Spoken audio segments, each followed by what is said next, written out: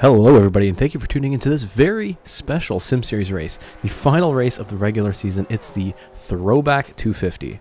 You've been waiting a long time to see some of these cars on track, and now, finally, we get the first look at some of these awesome throwback paint schemes as pre-qualifying currently underway. In the booth with me today, I've got the wonderful Skull and Bones yet again.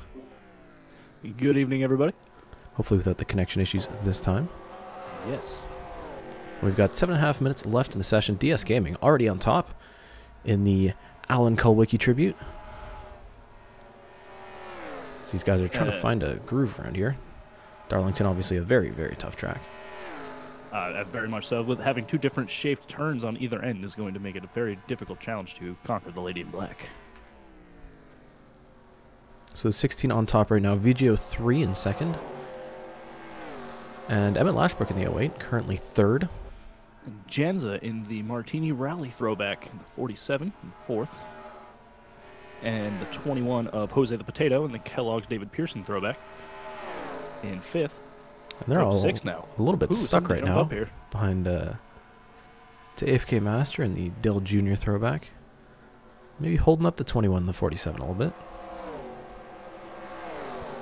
And it's so strange to see, as there is no manufacturer-specific throwback requirement for the DriveThrough Sim Series. So seeing a Wood Brothers paint scheme on a Toyota is very strange. I find that, I mean, you've got the Kevin Harvick on a Toyota as well. The Jeff Gordon on a Toyota. It's interesting. A little jarring, but I think we'll enjoy it. We'll, I think we'll get through it. So we've got 17 non-top 35s out on track today, fighting for 9 transfer positions. So they got spots. More people will make the race than will be sent home, which is rare in the Sim Series. Well, that's always a plus. I think we've got 2 Dale cars. No, we've got 3 Dale cars and also 3 Good Wrench cars this weekend. Always good to see people throwing it back to the Intimidator. He was such a classic figure in NASCAR. Very iconic as well. We had a beautiful 59 tribute to the one, the only Bill Elliott. Well, you say the only, but there are several Bill Elliott throwbacks here this weekend. Is this only number 9 Thunderbird? With the Coors Light, I loved that paint scheme back in the day. I never realized one of my favorite drivers. It looks so similar to the Rob Moroso paint scheme, which you can see in the 85. Yep. Just 2 cars ahead. It's almost exactly the same. It very much is. Even though those are like 2 entirely different teams and entirely different sponsors. But Carter Friesen currently in a sandwich right now. Yeah. Between both of those Dodges. Stuck there in the middle in that beautiful 33. Throw it back to Joe Nemechek. So just under 5 minutes left in the session. DS Gaming still on top with a 28.208. Jose the Potato in second. Then it's to AFK Master, Emmett Lashbrook, and the 60 of Savage Toy Show. And I just want to throw this out there that these throwbacks are all wonderful. That you spent the time putting in. Thank you. Well worth a lot of time. Delay. Well worth the delay of a day and a half hour. But what I really like what you did is you still kept their sponsors, but you did them in the style of the throwback, which is something that is unique and special. Oh my God, Willian subscribed. Oh no. Willian, we gotta have a chat about Discord. I'm not gonna go through this now, but thanks for subscribing. Yeah. We need to talk about you, the other Willian, and the other one, and the other one, and the other one, and the other one. I think in the end there were 8 of them. For those of you that aren't in the Discord, don't worry about it. If you aren't in the Discord, please jump in the Discord and join You're us. missing out, like straight up. All of these paint schemes and so much more. I'm kind of sad that half of these guys are going to be sent home after this. I want to see these guys race. Yeah, I mean, you did put all that work in. Oh, that's the Willian Tropical. That's not the real Willian. That's a meme Willian. You had me excited there, buddy. Yeah, man. And there's that Kevin Harvick throwback for Simon. Simon Bloomfield looking to qualify the 91 for the first time this season. We're on race 12, and the story now being the 91 just has not qualified for a single race. And Yeah, I think currently he might, sitting in 14th. Not looking too good. Might want to have a conversation with Toyota Racing Development to figure out why his car is so much slower than everybody else's. Pulling for him, though. Definitely, especially with that beautiful Kevin Harvick throwback. It looks fantastic. It really does. Well, he's got some clean air now. Let's see if he can string together some laps here. As it looks like everyone's kind of stringing out a little bit, finding their own space. Obviously, it's such a hard track to run. It's even harder when you're tucked up behind someone else. Absolutely. I mean, there isn't really much places to pass in this, except coming out of the corners. If you can get a good run, you might be able to move in down the straightaway. But these aren't very 2x2 corners. It's like if you want to make a pass, you got to set it up at least half a lap ahead of time. Exactly. It's going to be an interesting challenge for these drivers, and considering how they've handled other challenges, Richmond Wall comes into mind. We'll see how they handle it.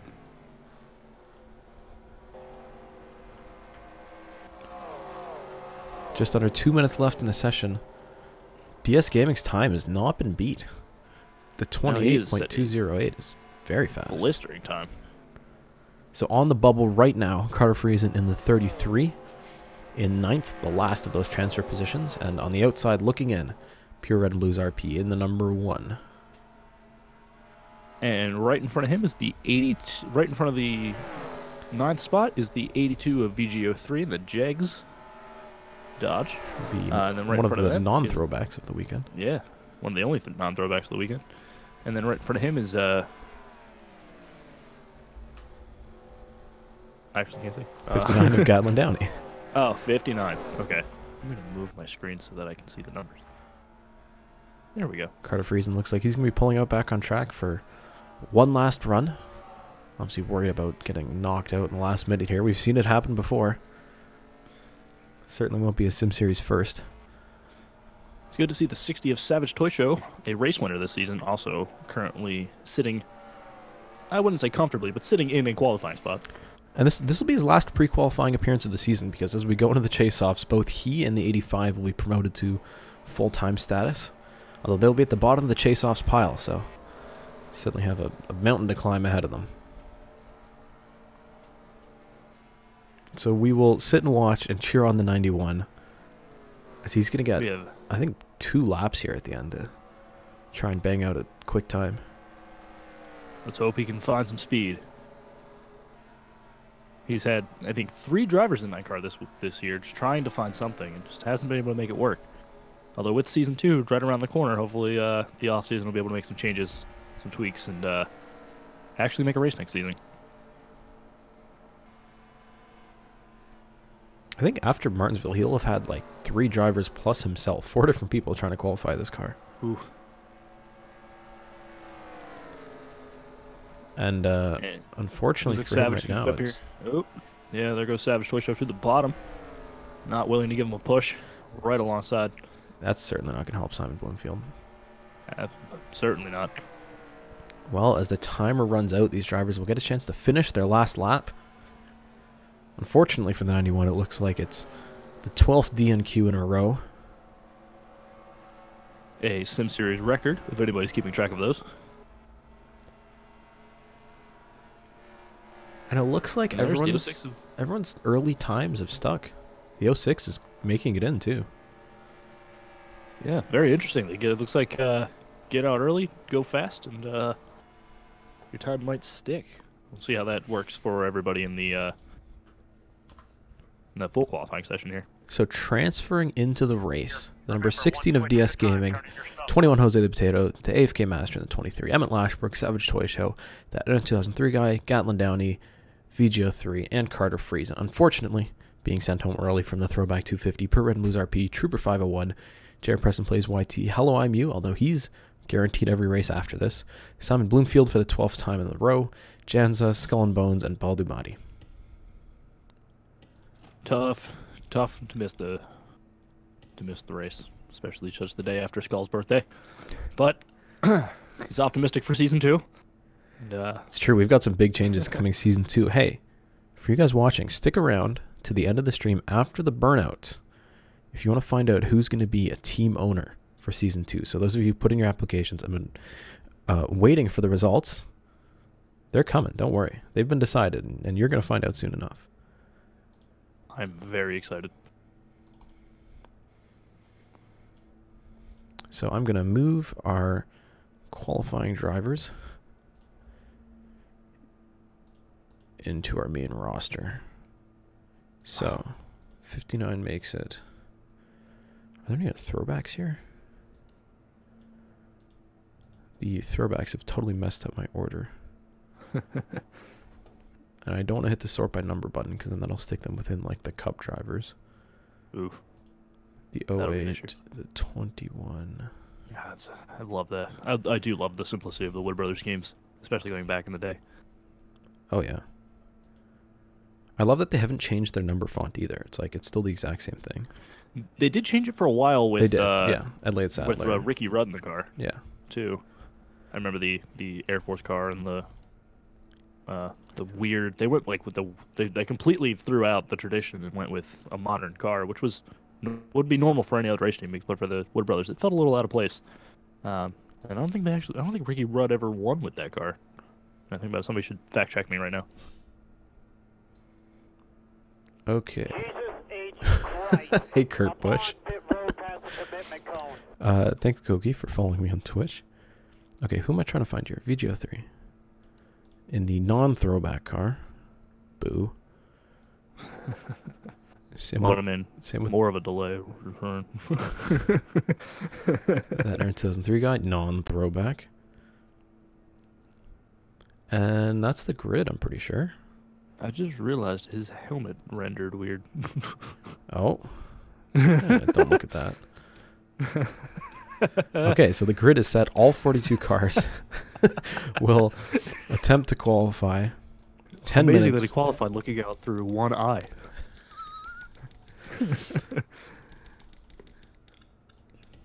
I'd also like to thank booth sponsor Taco Bell for fueling me before the stream.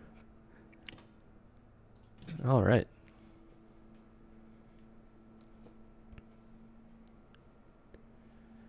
Yes, Jenza, I can send you the martini car. Okay, so the full qualifying session now underway. We get to check out some of the other throwbacks we haven't seen yet. Not that one, of course.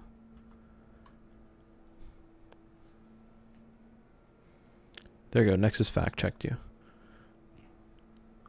He never won in the 21, but he finished second 3 times in it.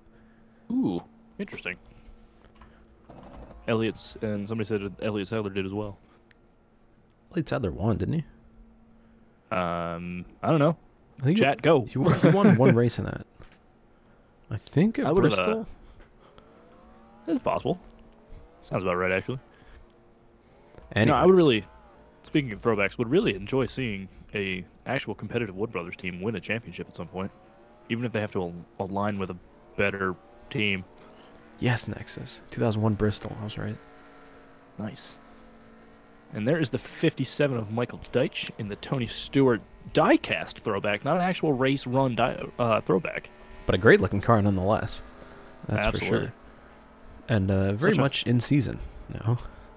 Well, right at the end of the season, I would say. And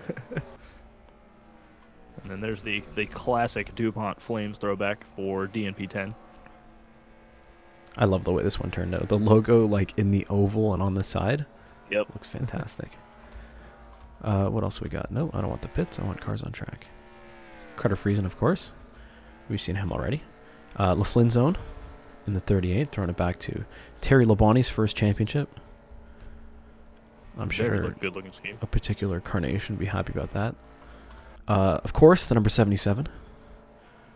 The one and only drive-through, throwing it back to Earl Ross, the only Canadian to win a Cup Series race, but also with the old and ugly drive-through logo on the hood.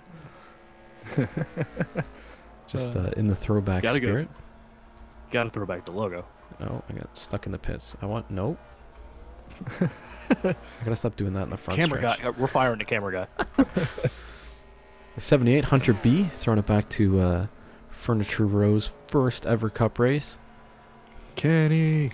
Not a particular good-looking car, but I appreciate the gesture. Rep and Kenny. He's a favorite in the DriveThrough Discord, which is another chance for you to jump in the DriveThrough Discord if you haven't yet. Or become a DriveThrough member, and you can spam as many Kennys as you want in YouTube chat. Oh, yeah, there's that. The number 7, Chase the Coyote, throwing it back to, of course, the old Jack Daniels Childress car. Made famous by Clint Boyer, but Chase decides to throw it back to Casey Mears when he drove that car for a year. And Casey doesn't get a lot of respect. He wasn't an amazing driver in the series, but he was definitely a staple. So it's good to see somebody give him a little love. And Rusty Fighter 89. Beautiful 55 Dodge, the square D. I remember when this car, when it was Bobby Hamilton drove this car, and I love what you did with the logo. Instead of making it a square D, you put the Napa in the. That was awesome. I'm really proud of that one. Thank you for following me on Twitch, PHX484. I'm just gonna assume that's Phoenix. Oh yes, one of my favorites, the Pepsi Billion car. What incarnation behind the wheel? It just came out so well. If you guys missed it, I streamed painting this car at like very late at night. And I had so much fun making this car. And it turned out so well. It's gorgeous. It really does. I remember the race when that car debuted. I tried to win that billion, and I did not, which is why I'm here today. You're old. Wow. Yeah. Yeah. Kumon Cup Series in the 44. Throwing it back to fellow Canadian DJ Kennington and his old CAS car scheme. Of course, with the fittingly Canadian sponsor, Tim Hortons. Gotta love Timmy. There are some Tim Hortons down on the southern side of the Canadian border.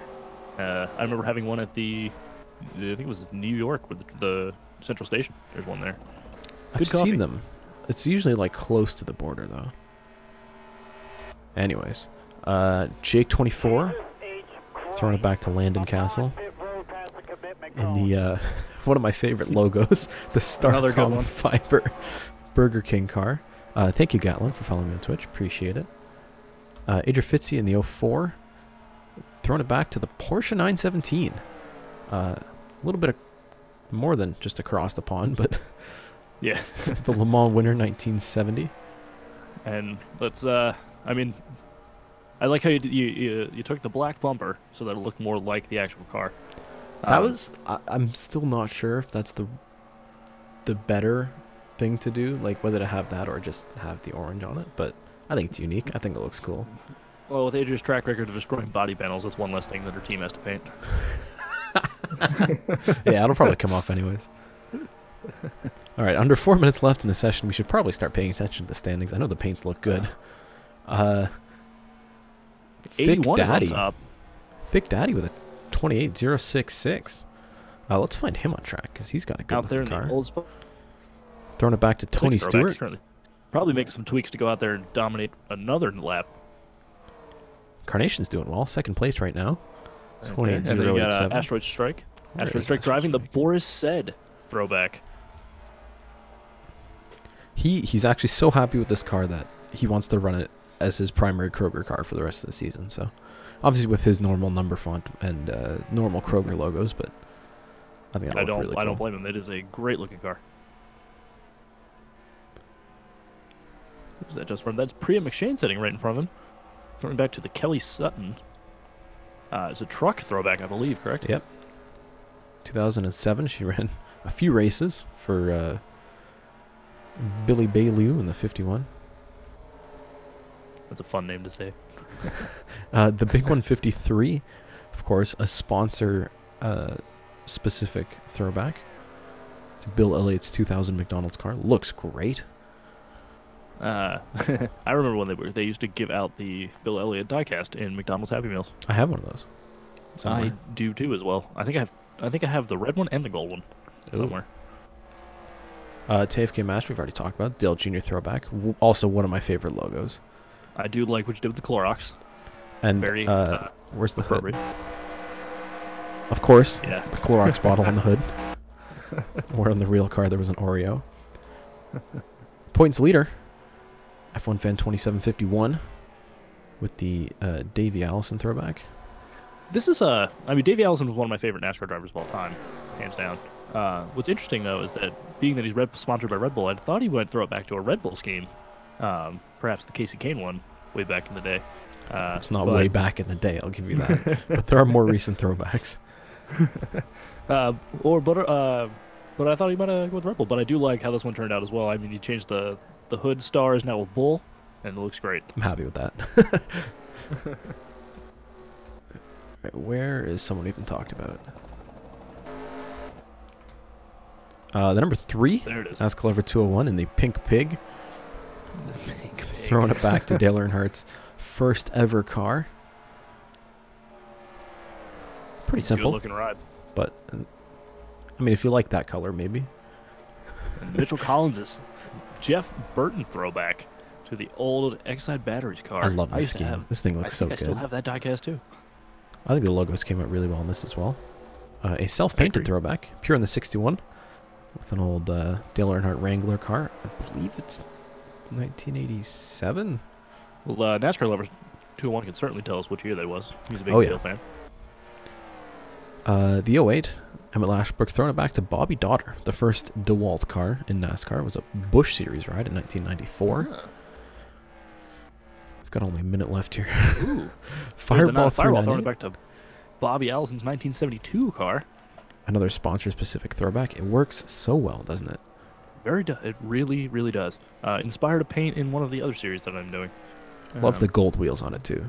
I agree. Looks fantastic. I'm usually not a fan of colored wheels. Well, I should say specifically, I'm not a fan of white wheels, but the gold wheels look great. Speaking of a great-looking car, number 48, Spitfire with the Jimmy Johnson Emerald throwback. And, again, sponsor-specific throwbacks. Oh, they look so good. I agree. I love the mint green look. I don't remember when this car was run, but 2013. This one was fun to make. I got into, like, I made the numbers and the logos metallic, but the rest of the car isn't, so they kind of, like, pop more. Mm-hmm. And that was fun to do. It does look great. I think we hit everyone. I hope we did. Oh, the 8 of KHP01. This is, I think, the most modern of our throwbacks, throwing it back to just 2 years ago. Tony Stewart's final ride, 2016. Obviously, he's got a cool-looking hood. Let me find it here. Whole bunch of Tonys. Nice. Always a racer, forever champion. A very similar throwback back there. to the 8 is the 12 of Anderson Reed. Another one of my favorite logos. Enjoy Hellcat. And it's got an engine on the side where the Coke bottle used to be. And it's the supercharged Hemi. Another good looking ride. I think we hit everyone. I think we did it. Oh, the 6, McSpook Boy. David Reagan, 2010. Great looking car. Just a good looking base all around. The 01, Xander M, another self-painted car. Throw it back to them good old boys. Despite some controversy surrounding this paint scheme, it does look really good on track. So, qualifying is over. Thick Daddy ends up in front, and Carnation second. Cody H Gaming jumps up to third place. And of Asteroid Strike 9, Midlife, Anderson Reed, Mitchell Collins, DS Gaming, Gatlin Downey, and McSpook Boy.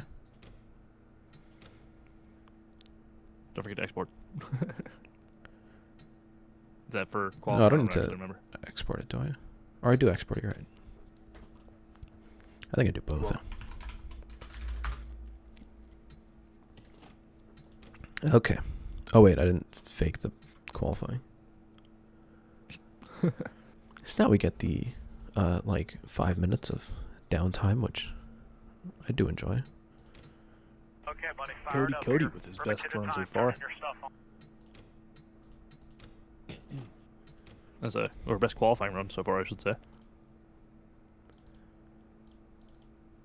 Okay, so save game. Well, you do this. Yeah. Let's hear it in chat. Who do you want to see win, and who do you think's gonna win?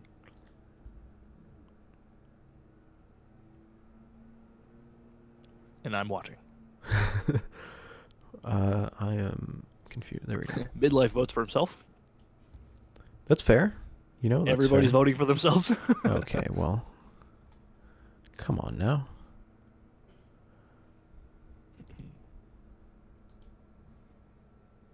Somebody's routing for Spitfire.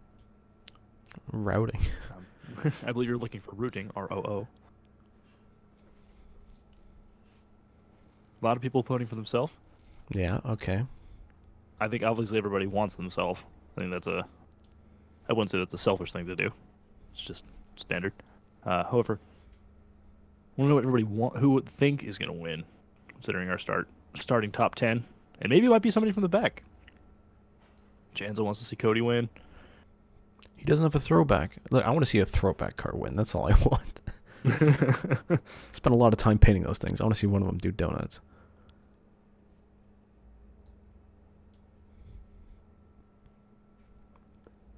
The Cody will use the Cody power to win. Janza wants and thinks Cody will win. Wants and things. Okay. Well, starting third. I think it's his best qualifying of the season. Cody is currently one of those few drivers on the outside looking in. There are 2 Chaseoff spots remaining. If you want the graphic, it's on... Actually, can I stick it up here? You know what? I'm going to stick it up here. Where's my graphic? I made a cool looking graphic to talk about the cut line. Because that's important. Ooh. Oh, that is a nice looking graphic. Use the throwback scheme. All right, look. I don't have that much time. Let me find my image. Oh, there we go. That looks cool. It's covering chat, but you get the idea. So yeah, Rusty Fighter and Astro Truck are currently safe. They're the last two. They're the last 2 spots available in the Chaseoffs. If somebody outside wins, they are in, and then it's going to be a battle for that last spot. So, like the 2 of them being so close together in points, if someone new wins, pretty much whichever one of those 2 finishes in front of the other will get into the Chaseoffs, barring, of course, like they both crash out, and then one of the drivers on the outside looking in does well. Because that's a tight battle for the 3 spots behind him, with DNP 10, only 62 back, Ben Pye 8 more points back, and then Cody 4 more points back from that. That's a very close battle. So it really is a toss-up for this last spots. It's really going to come down. I think it's going to be somebody on the outside winning is going to throw themselves into this fray, and then it's going to be chaos for that last spot. Yeah, and any sort of wrecks involving any of these drivers. Huge playoff implications. Even though they haven't even started yet. Well, sorry, Chaseoff implications. It's all about momentum. You want to carry good momentum going into the... Yeah, you want a Tony Stewart 2011 this season. Just exactly turn it on at the end and win.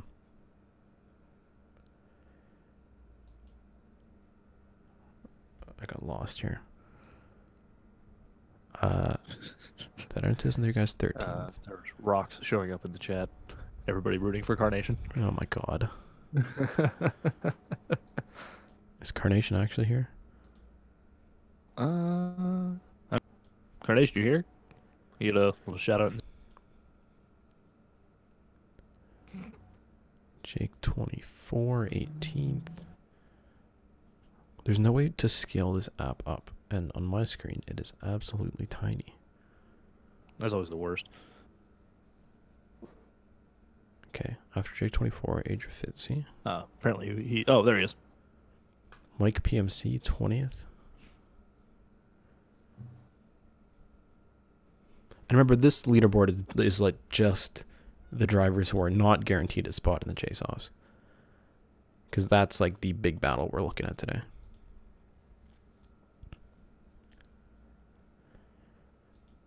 I mean, with how the series has gone, it's actually not out of the realm of possibility. I would say that anybody past Cody and Firewall, and even deeper in the field, could wind up into closer to or in the Chaseoffs because of the tendency for everybody to wreck each other or get caught up in these large wrecks. The Sim Series chaos theory.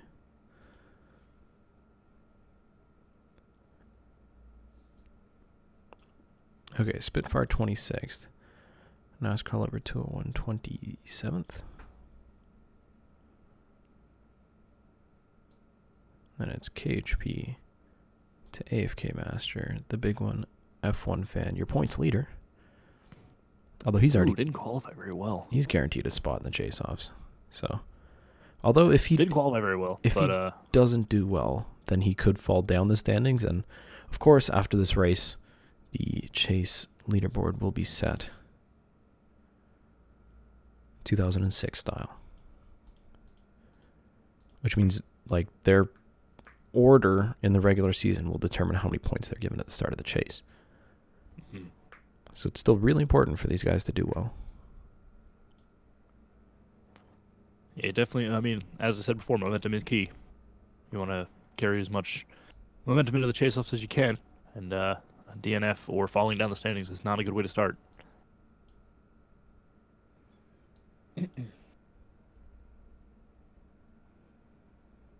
Okay. So the order is set. We can get to the race. 184 laps. All right. Better than the marathon that was Charlotte. That was a good race, though. It wound up being a great finish. Carnation really wants Cody to win. He doesn't have a throwback, guys. You don't get it.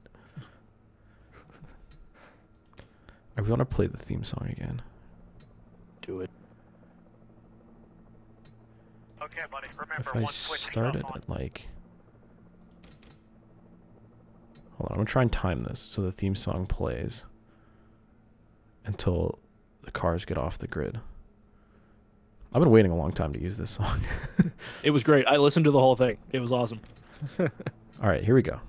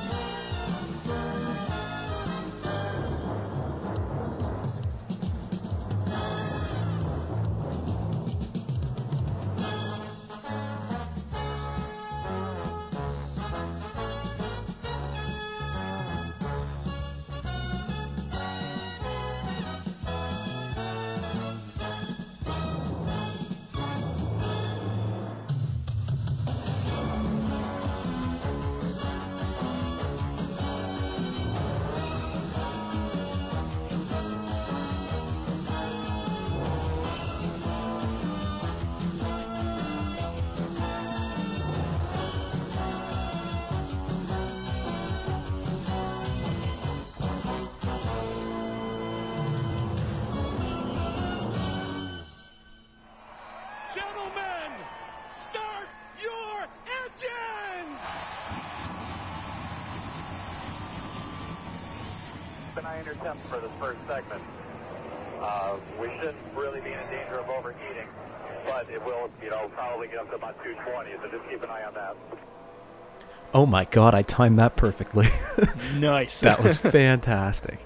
Such a great... I gotta find a shorter version of that, but it's a great hype song, and I hope you guys are excited as I am, because we've got 184 laps of fantastic Sim Series racing ahead of you in these gorgeous throwback cars. Championship is on the line for some of these drivers. They roll onto the backstretch. Thick Daddy, the fastest in qualifying, starting on pole with one Carnation just beside him. Cody H Gaming in third. Asteroid Strike 9, and then the 83 Dodge, in midlife. Chevy, Ford, Toyota, Dodge, your top six. Manufacturers represent here. Chevrolet Camaro pace car pulls into the pits, and the field comes out of turn 4 onto the front stretch.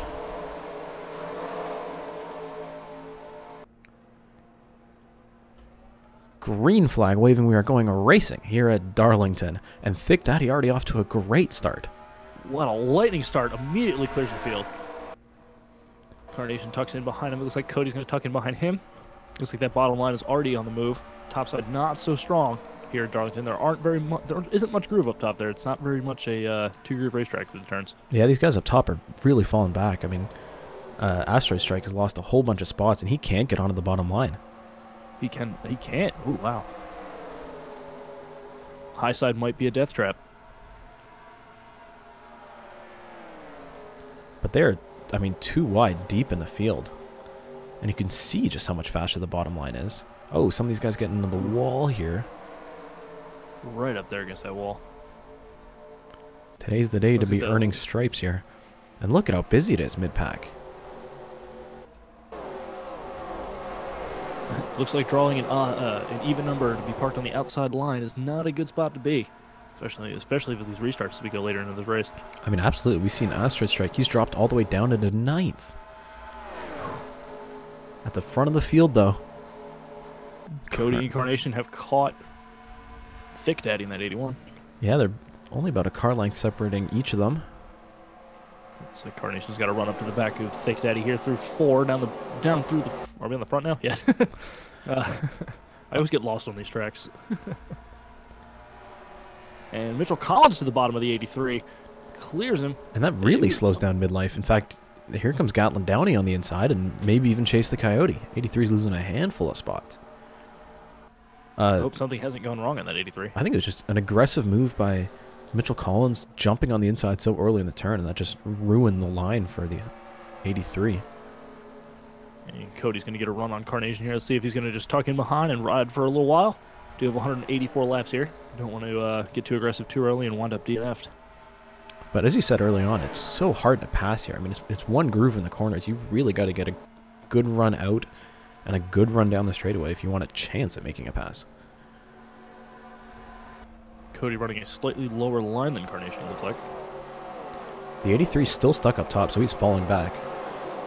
DriveThrough also on the top side, losing positions. The rest of the pack entirely single file. That's to be expected here, the Lady in Black. And Cody's little peek to the bottom of Carnation. Mitchell Collins has caught up to this group a little bit.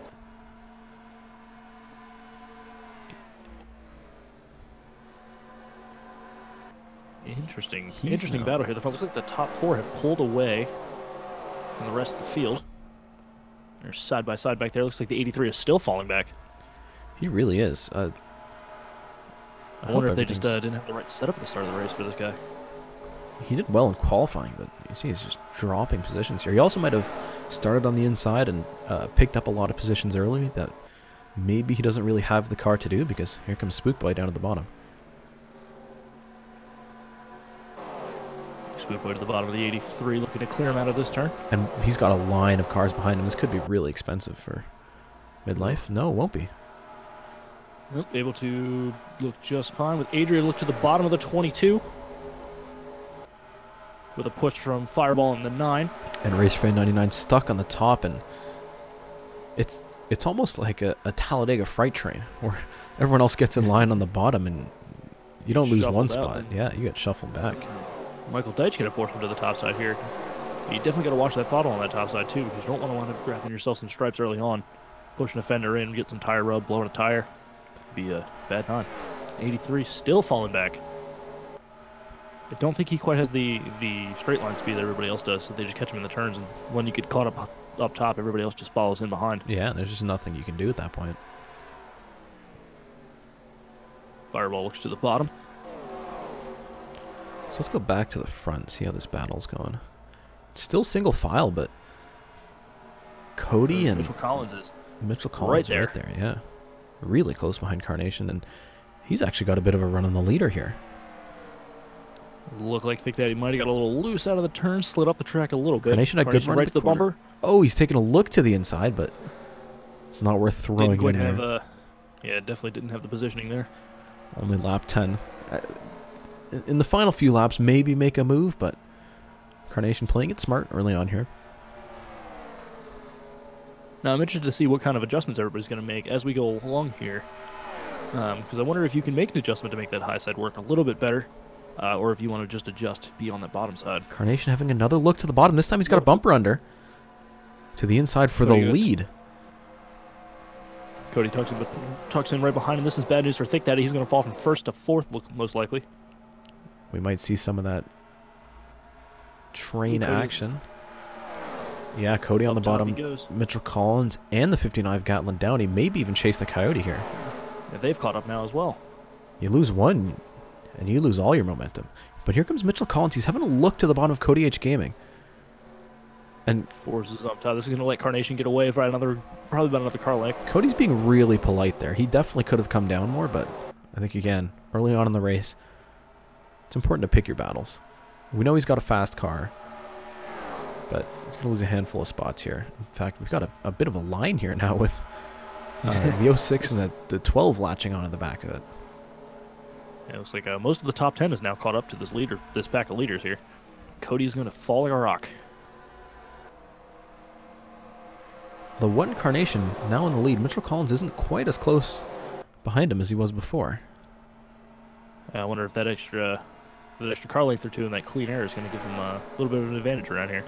And potentially, we could see Carnation take the points lead if he wins this race. And that'll be huge for the start of the Chaseoffs because he'll have the most points going into the postseason. Not postseason. Into the Chaseoffs. Fans very unhappy here at Darlington that Cody is falling back.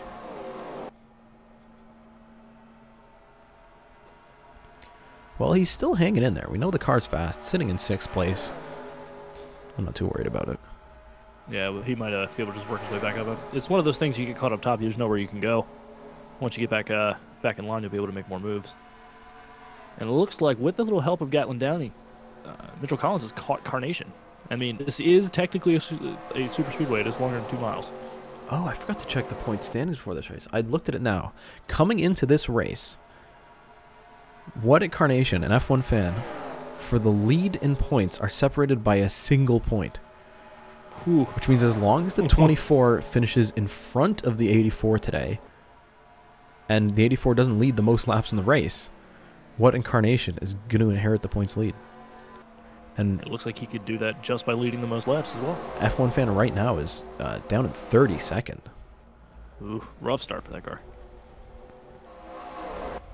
And he is deep in traffic here. Midlife is in 31st. Ouch. I mean, he was running in the top 5 at one point, right? Ooh, they're bottling up here, right in front of them. Looks like the 4 of Jake 24 and big 153 stuck up high. 61 and the 2 trying to get around him. Oh, they're going to fall back in line here.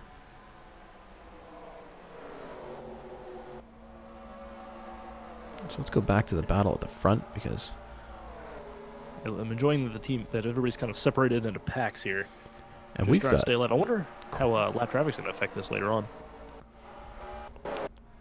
Well, it looks like not even half. Yeah, the field in these groups isn't actually that split up. They haven't even spanned half of the track yet. But Carnation's got quite a train behind him now. It's 1st through 8th there. All bunched up really, really close together. Looks like everybody's just going to play follow the leader. Mitchell Collins with a peak to the bottom of Carnation. Doesn't quite get the run off turn that he needs. Probably just going to hang on to that 2nd spot through here. And these guys can't make mistakes because, I mean, if you lose your spot on the bottom, you're outside of the top 8, no matter where you are right now. Yeah, that top line is like a parachute. You're going to fall straight back. But you can see these guys are so close behind each other. Chase the Coyote was like under the rear bumper of Thick Daddy going into the turn.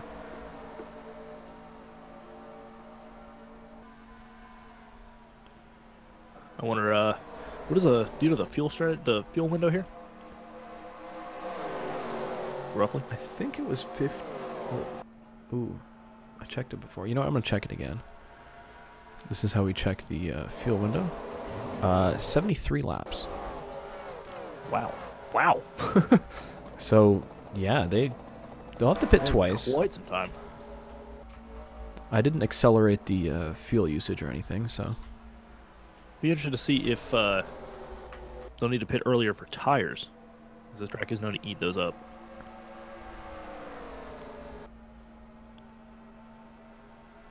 This train's still pretty close together, but not as tight as we saw a couple of laps ago. So let's go back through the field a little bit. You got that first group of 8 cars, then the 6 McSpookboy kind of in his own space. Same with the VGO3, Adrian Fitzy, and the number 9. And then you've got another one of these trains led by the 55 and the 57. You have the 16 of J.R. Preston Plays leading that group. 16's DS 22 Gaming. was... Oh, that was going to be the entry. Then you have the 22 behind him of Racer Fan 99, who early on fell back like a rock as well. And then DriveThrough, kind of hanging around. DS Gaming Not really. having a look to the inside, but not committing to a move just yet. I think these guys are all, I mean, it's early in the race. They're taking it easy, running with each other, getting some experience on the track, trying to stay off the wall. There goes DriveThrough to the bottom. That's pretty aggressive. Might have even made a little shove move just to make sure he had the space. And the 22 right up against the wall. So Racer Fan's going to go right in front of NASCAR Lover. He's at the back of the line. DriveThrough's looking for more spots here. 77 have wants a to late move run forward. speed here. He's getting the 16 out of the way too. He wants to be at the front of this line. I mean, I don't know if he can catch up to the next group or anything, but he wants to get moving. As does the 22. He gets a big block from the 13 and the 38 slow. Flynn zone goes around. Oh, be careful, guys. He's got to get down. Everyone's coming through on the bottom. 38 is really, really slow. No caution. Something is wrong with that 38 car.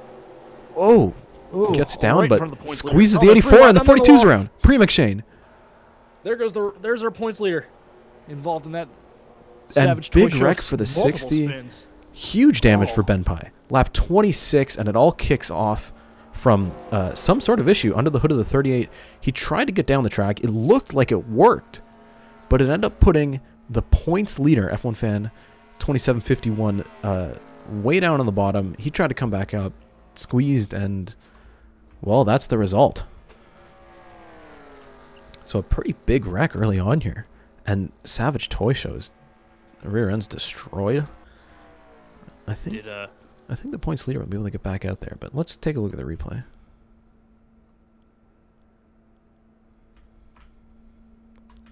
So we know the issue started with LaFlynn zone. Oh! He didn't have a problem. He got spun? I think... He's coming down the straight here. Let's look at his speed on top. Mike PMC goes to the bottom. He drops his speed like a rock as they enter the turn. Yeah. Mike PMC has nowhere to go and just gets into that quarter panel, sends him back up the track, away from all these drivers. And he tries to find a gap. There is a gap right there. But the 84 is on the bottom, and he gets slowed down. He's actually like half on the apron because I think he wants to go under the 38, but the 38 wants to get to the bottom, and 60 tries to squeeze the middle. F1 Fan didn't know he was there, and a big mess. Xander M has a lot of damage as well. So does Kumon Cup Series in the 44. That 60 car is probably very dizzy currently. Let's take a look from the overhead helicopter view because this will give us a pretty good view of what happens. You can see at this point, F1 Fan wants to go under the 38, but the 38 is trying to get down in the apron. He has to really back out of it. It's not so much Savage Toy Show trying to jump the gap because he slowed down, but Priya McShane was going faster. You've got 3 cars going 3 different speeds, all ending up beside each other, and all running at a racetrack. That's the result. And a big hit for Ben Pye. He gets the 60 and the inside wall. So let's ride on board with Priya McShane because this should have a pretty good view of what exactly happens here. You can see the 38 slow, trying to get down the track.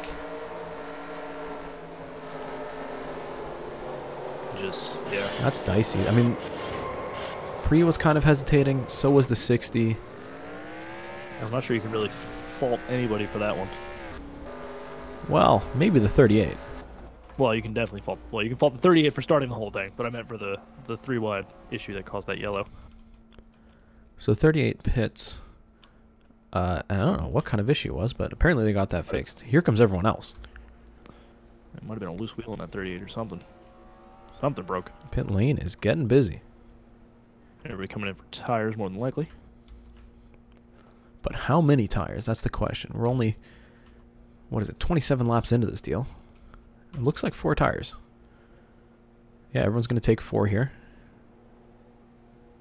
Ooh, Mitchell Collins looking to beat the fact. Oh, Collins gets out first. I biffed the camera work, but Mitchell Collins takes the lead. And was that a 4-tire stop? Yeah, it was. It was.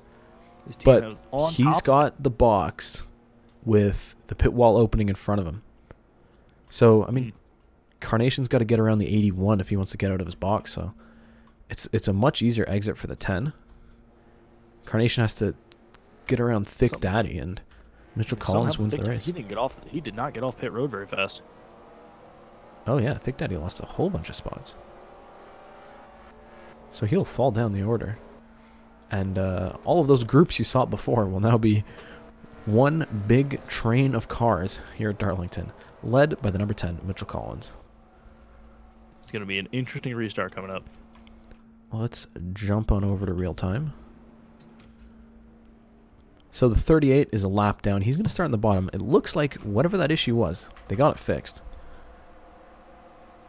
So he's going to start on the bottom. The rest of the field will line up single file.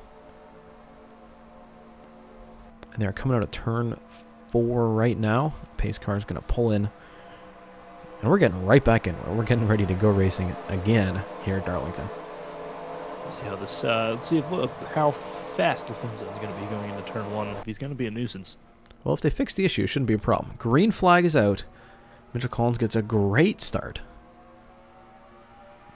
And it looks like LaFlin's going to tuck it in front of Carnation and give Collins a car length gap between him and the rest of the field. I don't think Wetton Carnation's going to be too happy about that, but he should make quick work of the 38. Here he goes, now to the bottom. He dives to the bottom. Here he goes. Should easily clear him. He's going to bring the rest of the field with him. 38 should fall back fairly far. And with this, the pack bunched up like this, he could go, I mean, all the way to the back maybe.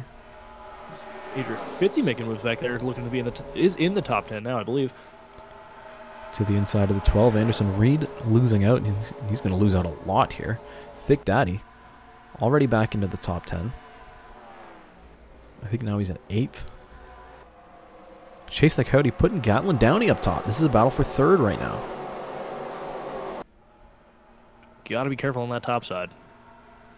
I wonder if Gatlin gets a great run off the top side. And manages to hold off the 7. Cody, however, did not and is now stuck up top. Might have grabbed the wall there a little bit.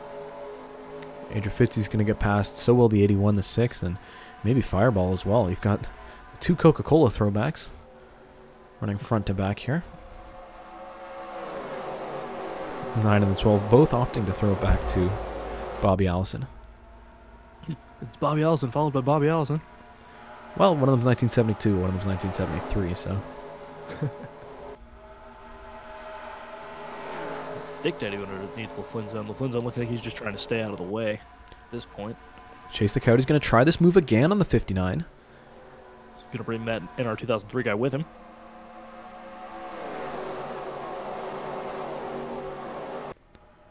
We head down the front. Mitchell Collins still your leader. He makes the move. Here comes Carnation to the bottom. Lap 34, and he makes quick work of the 10. Uh-oh. Uh-oh. Something go wrong with Mitchell Collins? He slowed down really hard there. I think he got loose or got surprised by the 24 diving to the bottom. The car is still fast, but he's lost all of his momentum, and he might be out of the top 10 here. Ooh, yeah, it is a single file train wreck behind him. That's going to be bad for his win implications here early on. He's probably not very happy with... wouldn't be happy with the 38, because if it weren't for LaFlinzone, the lap car, he would have had a spot to get back in line. Still on the top side. Oh, we got a caution. We do have a caution. Oh, big wreck. Oh, ow. The 21, the 44, the 32. Kumon Cup Series, big damage. And it looks like he went into the back of an existing wreck. Ooh. It's the 21 of Jose the Potato and the 32 of Anthony Plays. This is coming into turn 1. Oh! Contact. Ooh. Contact on the way in. The 32 gets turned and slides down the track. Oh. And just gets hammered by the 44. It looks like the 01 of Xander M also had damage there. And that one's interesting. I think that was a case of the 32, Anthony Plays, wants to have a look at the bottom of Jose here. But Jose lifts off a little bit earlier than he expects him to. And the 32 gets into the back of him, turns him up into the wall, and then... It looks like the 21 had to check up for Luke Rainey right in front of him. Yeah, I don't think he was just taking it easy, and the 32 wasn't. And that ends I up think with 32 had a little more distance than he actually did. Ooh, right off Xander in there. And Jose ends up getting... Jose is in. Jose gets hit too by the 32 getting ping-balled off the... He sees contact with the 01 and then the 44. Oh my goodness. Let's go on board with Jose here.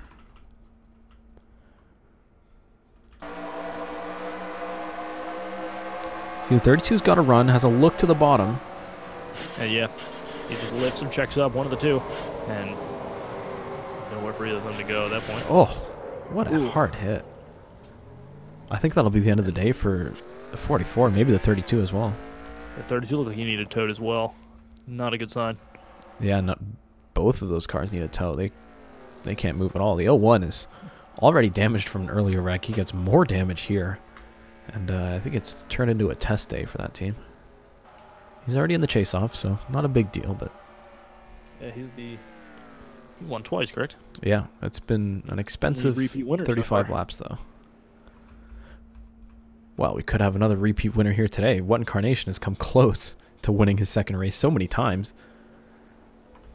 He's going to lead, jump down pit round 1. If anybody else is going to follow him, looks like... Oh, the 06 and the 04 are staying out. So we've got half of the field's going to come in here. We've only done about 10 laps, so they're going to try and extend their run, get some fresh tires on, but a lot of these guys are going to go for making up positions. We wonder what kind of strategy play is here. So they've shown there are going to be some cautions. So you wonder if they're expecting another caution coming up soon, and they're going to just stay out, or whatever's going to happen. Great strategy play here. The 98 stays out. Priya McShane, I mean, after being damaged in that earlier wreck, is going to stay out, and she's going to be ahead of What Incarnation and the 7 and the 81 and a lot of these guys. So it could get pretty dicey halfway down the pack when you've got these cars with fresher tires out there. See if they're going for splash and goes, or looks like Carnation's not taking any tires at all. Carnation's not taking tires, but Thick Daddy is. So the see if it's gonna be right sides only for him. Yep, right sides only. Interesting. And fuel. So the 48 didn't take tires. The 59 didn't take tires.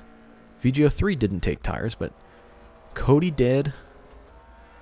Thick Daddy did, and a few others. Chase the Coyote did. Wow. Interesting strategy call here. I wonder if they're expecting another long run and they want to extend their speed. Obviously, probably some more repairs being done on the 84 car. It's certainly looking a lot better now than it did before. Absolutely. The back of Savage Toy Show is gone. As is the 29. Weak Boy. How did Weak Boy get damage? Was he involved in that big wreck early? The first wreck? Was he in that? He might have been.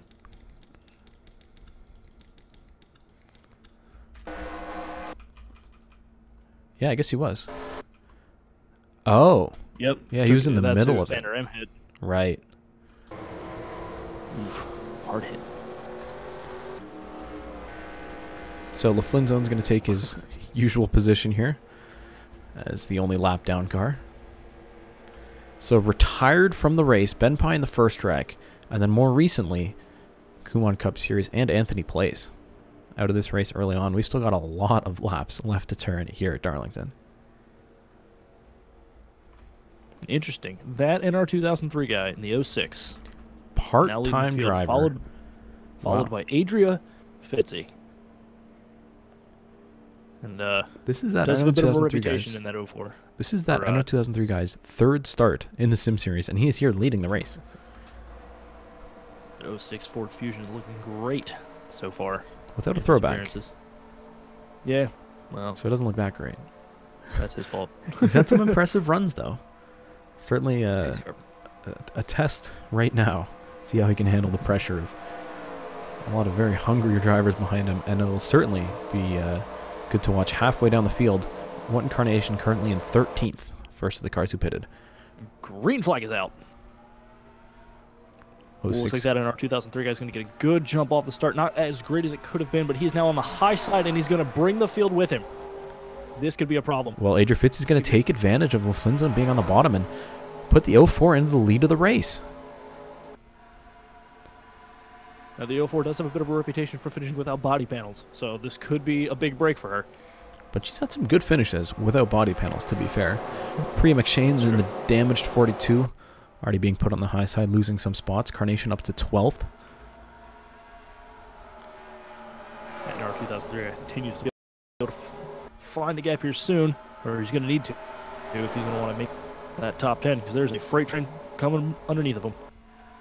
So let's go back and take a look at some of these strategy play guys. Carnation right now in 12th. Pitted just to take fuel, but we know that car's fast.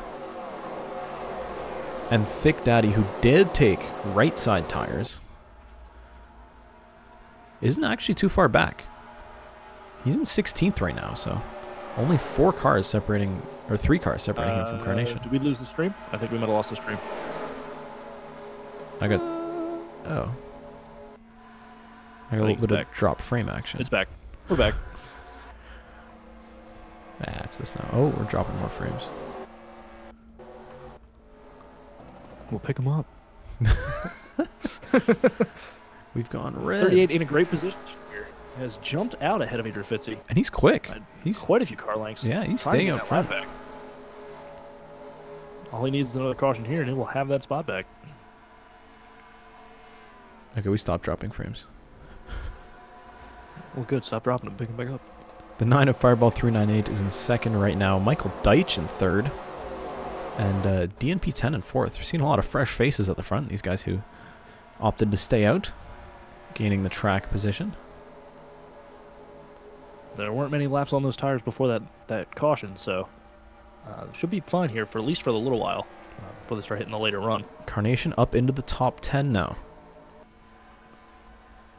Although I think Daddy's had a harder time getting through here. He's only 15th. And Mitchell Collins 16th. Sorry, I think Daddy's 15th. So at the front, I think Fireball's starting to catch Adrian Fitzy. it looks like it. Because the 04 had, I think, the biggest lead we've seen today at one point. But 9's been reeling her in. Slowly but surely. I think he's got the better car through the turns, which gives him a better run down the straightaways. And now he should start picking up the draft here soon. And he's certainly safe to the cars behind him.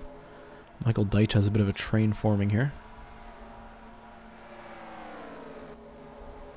Santa Claus looking to deliver a win for him this holiday season.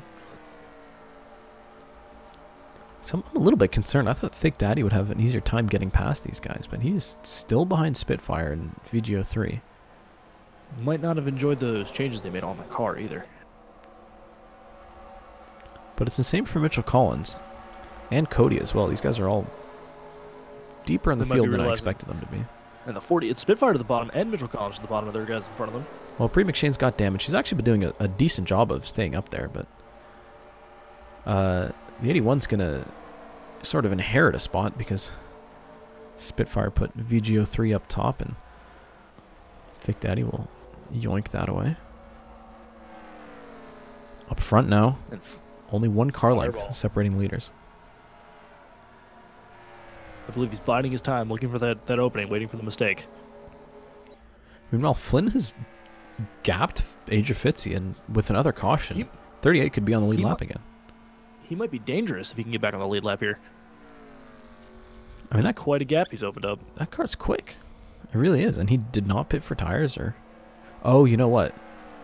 When they fixed the car, they did put tires on it, so... No, but everyone pitted after that. He is quite gone. Yeah, everyone got tires, so it's not even a matter of tires. That car is actually quick. He's got whatever he's got it dialed in here. He's opened up about a half straightaway lead. Well, no, I shouldn't say lead. Half a straightaway gap on the leaders. Meanwhile, behind them, looks like the leaders have packed up. Just trying to maintain draft, maintain speed. Maybe reel in those guys ahead of him, but looks like DNP10 has other ideas and dives to the bottom of Michael Deitch. And he's going to put that 18 car with him into third place. Michael Deitch is going to fall behind this train that he created here. And there's the 06 working his way back up as well. Is the 55 going to let him back in there? He does. But for how long? The 9 is right behind Adrian Fitzy now. Fireball is closed right up, and I think now he wants to be aggressive. He wants to get in the lead of this race. Takes a slightly higher line through this turn than Adrian Fitzy did. Didn't have a great entry, and I think it's going to cost him a little bit here. Yeah, it definitely cost him about a half a car length, I would say. Maybe even a full car length. They're going through 3 and 4 different turns, different strategies. As all 4 of these turns are very different from each other. And the 9 had a great run through 3 and 4. Now he's going to be right behind Adrian Fitzy, having a look to the inside, and he's making the move for the lead.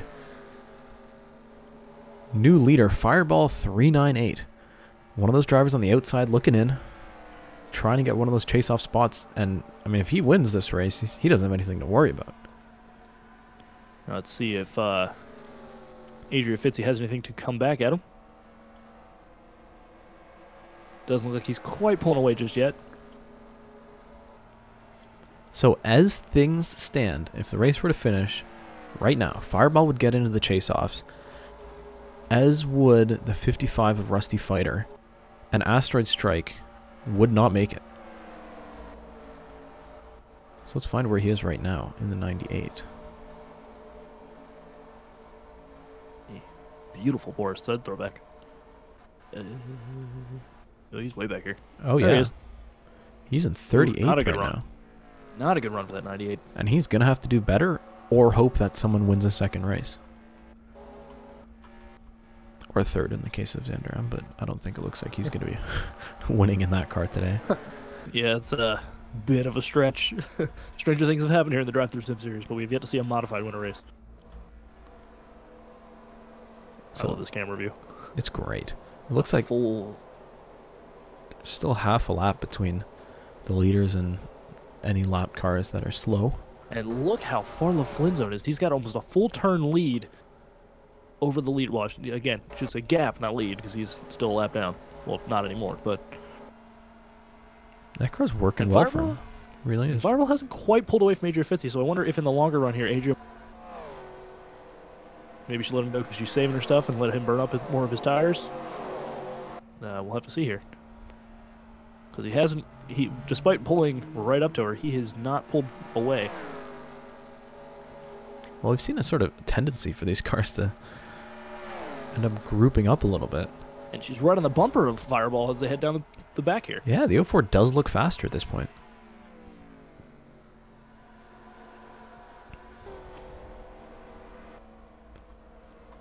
And behind them, since the 57 lost 3 of these spots, these guys are more spread out now. And, oh, Adrian Fitzy's looking to the bottom. Here's a move for the lead.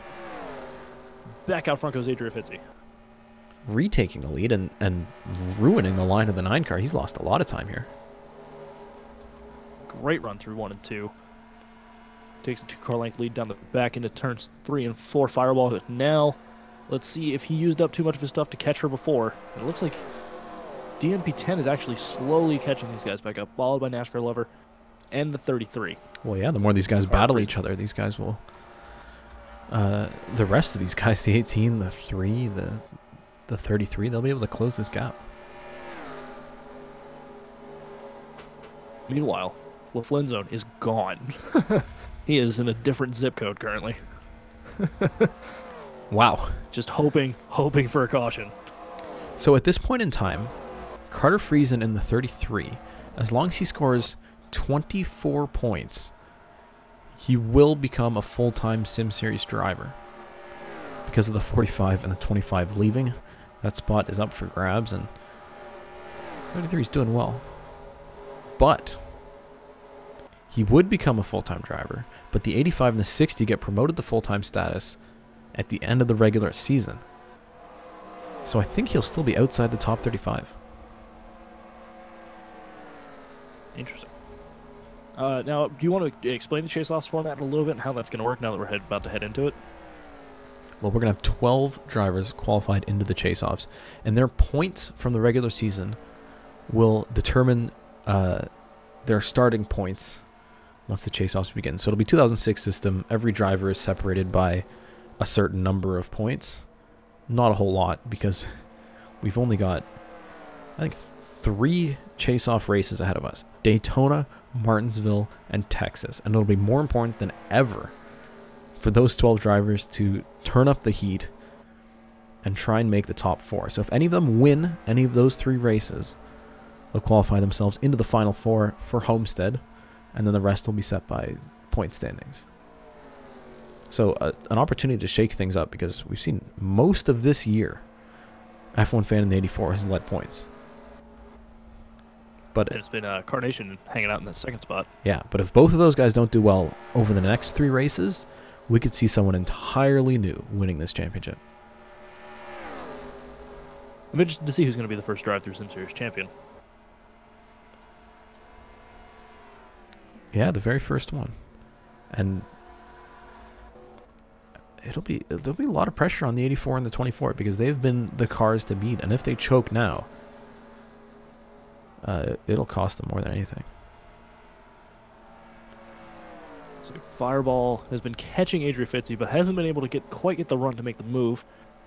These two have been... He is getting a better run through the turns. It looks like he's just lower on the track. They've been leapfrogging each other here. Just back and forth, and now... And it's letting DNP10 catch up. He might become a factor here.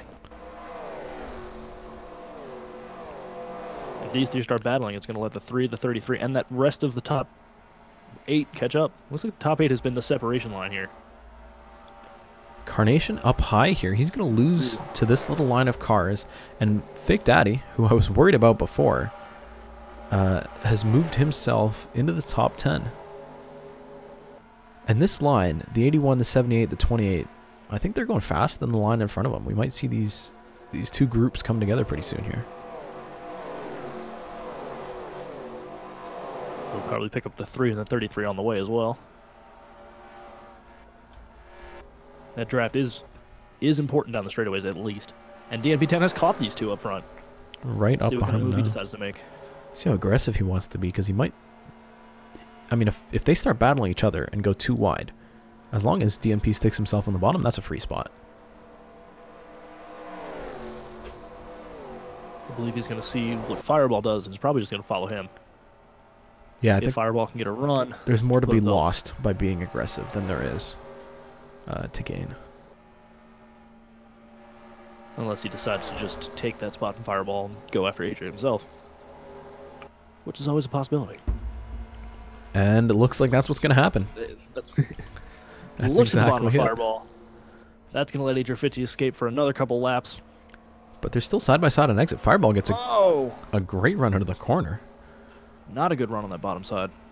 He slowed down the 9 a bit, but DNP ends up losing out.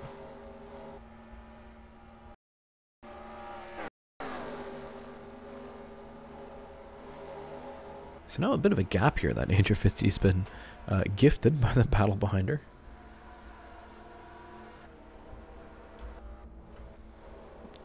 Looks like lap traffic still not going to be a factor, but maybe soon.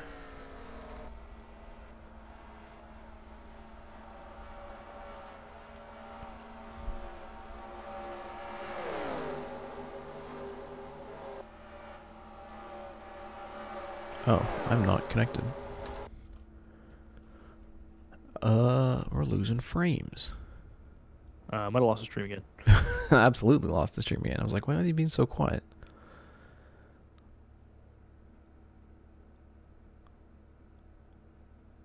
People ask me why I didn't stream more during the break, and this is primary reason. The fact that the Canadian internet is not cooperating. The race is paused. Don't worry, guys. This isn't your video's not stuck. Unless it is. It actually is. Live been stream sputtering. offline. Nice.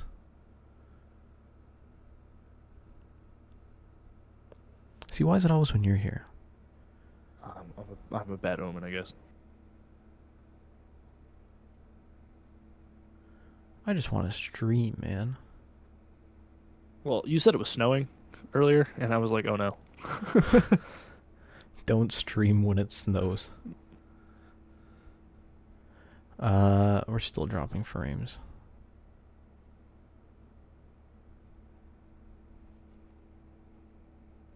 Do you have the race paused currently?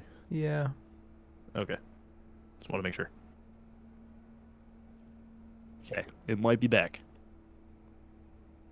No, I can see the thing. It's still dropping frames. Oh. Although it says my connection is 9,000, which should be fine. Chat, let us know it's low quality, but it's back. Ooh. It's still dropping frames, though. Not great. Oh, even when Wow, you the have helicopter... when the race is paused, the helicopter moves? What? The helicopter doesn't abide by space-time rules. I've never seen that before. How do we get it to move again? Whoa. That is weird. It's wild. I've never seen anything like that. I think if you pause it, like you pause the simulation while the video's live, so like technically the video's not paused, it'll do this. Mm-hmm. Interesting. Oh, the 57's on pit road. What? Oh, what? Michael Deitch is pitting. That's an issue. I wonder if it's a strategy call here. From 6th place. I mean, he's got a decent train behind him here, but also the stream's good now. But oh, cool. What a weird call here. Could be strategy, could be a broken car. You never know. It's a Sim Series. Have to see what he does here on pit road. Okay. Frames are back, which means the race is back. Let's continue. Well, maybe you should just stop in Butterfingers and drop them all the time. So, I think that's going to put him at least one lap down, if not more.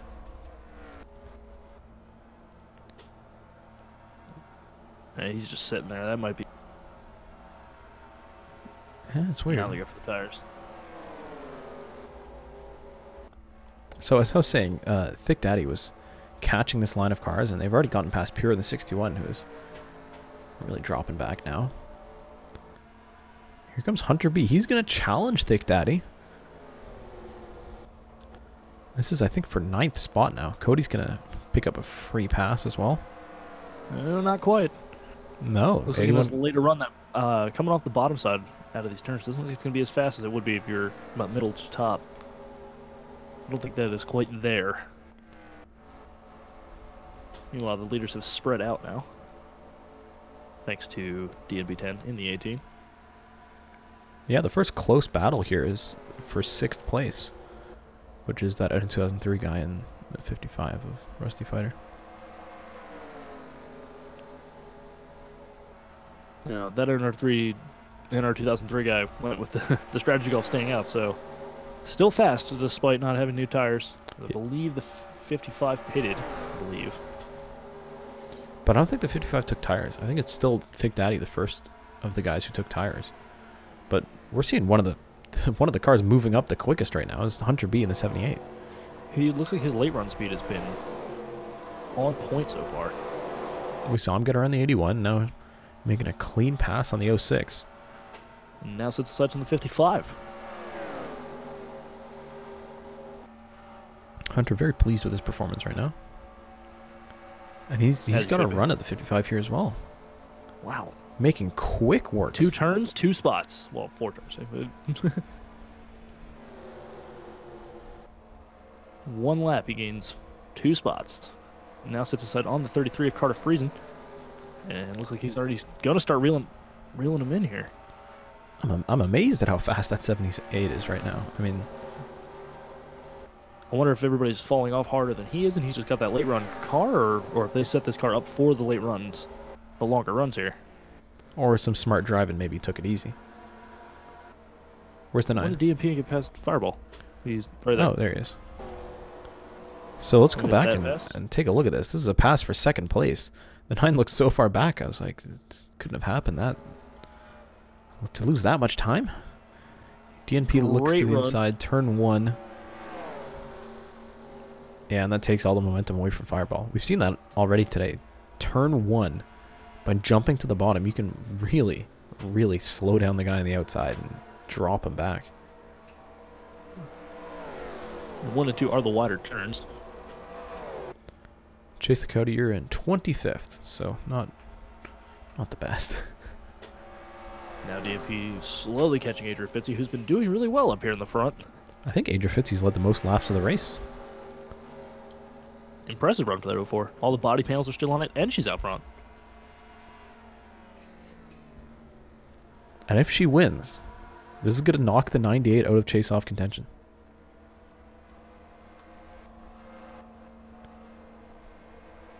So let's look at the gap here. Hunter B, he was 3.28 He got around seconds. 33. Yeah. Oh my gosh. He is. And he gained 4/10 on the leaders. He is flying in that 78 right now. He made a The pass last thing and gained half a second. That's incredible. I think the last thing he wants to see right now is a yellow, because I think he's got what it's going to take to catch these leaders and become your new leader. It's not often you see someone in the Sim Series just be that dominant. I mean, it's not like he's out front driving away, but He's certainly catching everybody. he was deep in the pack. I think he did take tires. He has to have. That would be my guess. There's no way that he wouldn't fall off as hard as everybody else is. Great looking car, by the way. I mean, it's not it's a cool throwback. It's not a great looking car.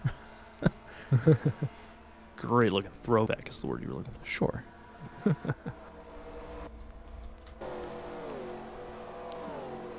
So, And got some lap traffic in the form of Michael Deitch and LaFlinzone, who are actually battling for position right now. LaFlinzone is caught in the back of the field. No, He's Michael caught Deitch is back locked up. down. LaFlinzone has caught the back of the field. The 98's really slow. Yeah, he's having some serious problems. He's going to make some serious adjustments to that car.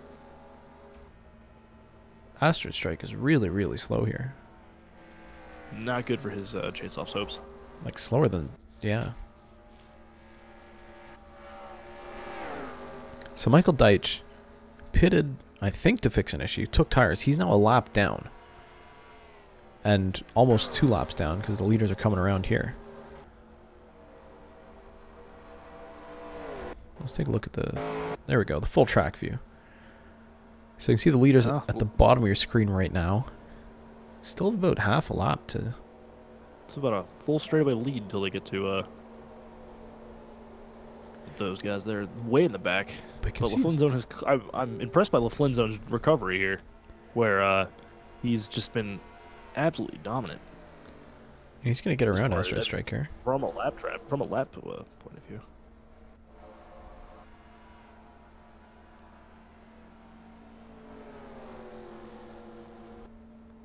So still about a car length, separating Adrian Fitzy from DMP 10 at the front.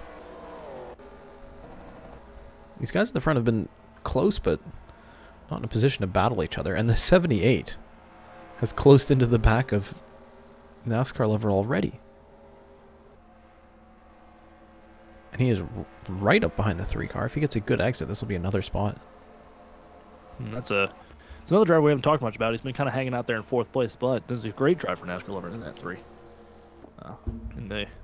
what did you call it earlier? The Pink Pig. Pink Pig. I don't think he's going to... I think he's actually getting help from Hunter as he's tucked in behind him here.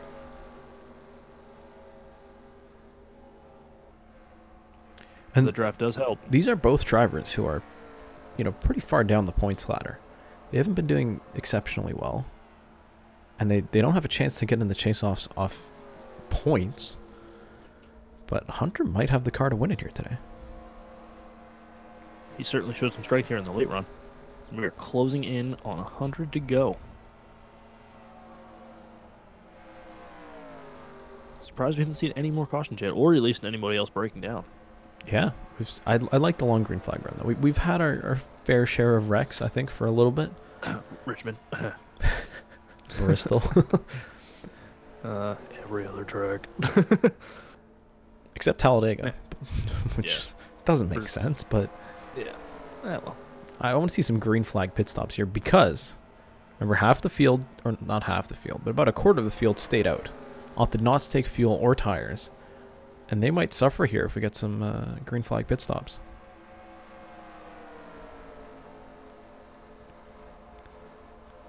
Although we're sort of seeing Looks like Hunter might be stagnating behind the 3 here. yeah, Hunter's stuck behind the Cody. 3. 18 stuck behind the 04. Cody now into the picture as well. He ran a 30.4, and the guys in front of him, a 30.8.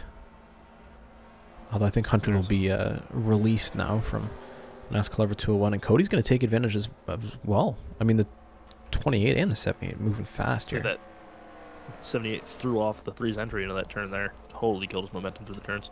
Carnation, meanwhile, has fallen outside of the top 10. He's down to 13th right now. So, great in the first stint, not so much in the second. Thick Daddy gets past Carter Freeze, and this is for 7th place. And Carter's slowly falling backwards. The 81's been quick, but he has not been 78 quick. And Firewall got around Adria. Oh. And so did DMP-10. DMP-10 took the lead of the race. You look away for a second, and you miss everything. DNP, great run down the straightaway. Down the front, she looks to the bottom of Adria down into turn 1 and 2. Throws her up top, and Fireball just tucks in right behind her before she can come back down. And that's what puts her back down there in 3rd. And now, hello Hunter B. And Cody H Gaming, maybe. Cody's got a good long run car as well. Yeah, looks like they're those short time between those pit stops actually helped those two out a lot in this long run here. So now we've got the top 5 all closing into each other again.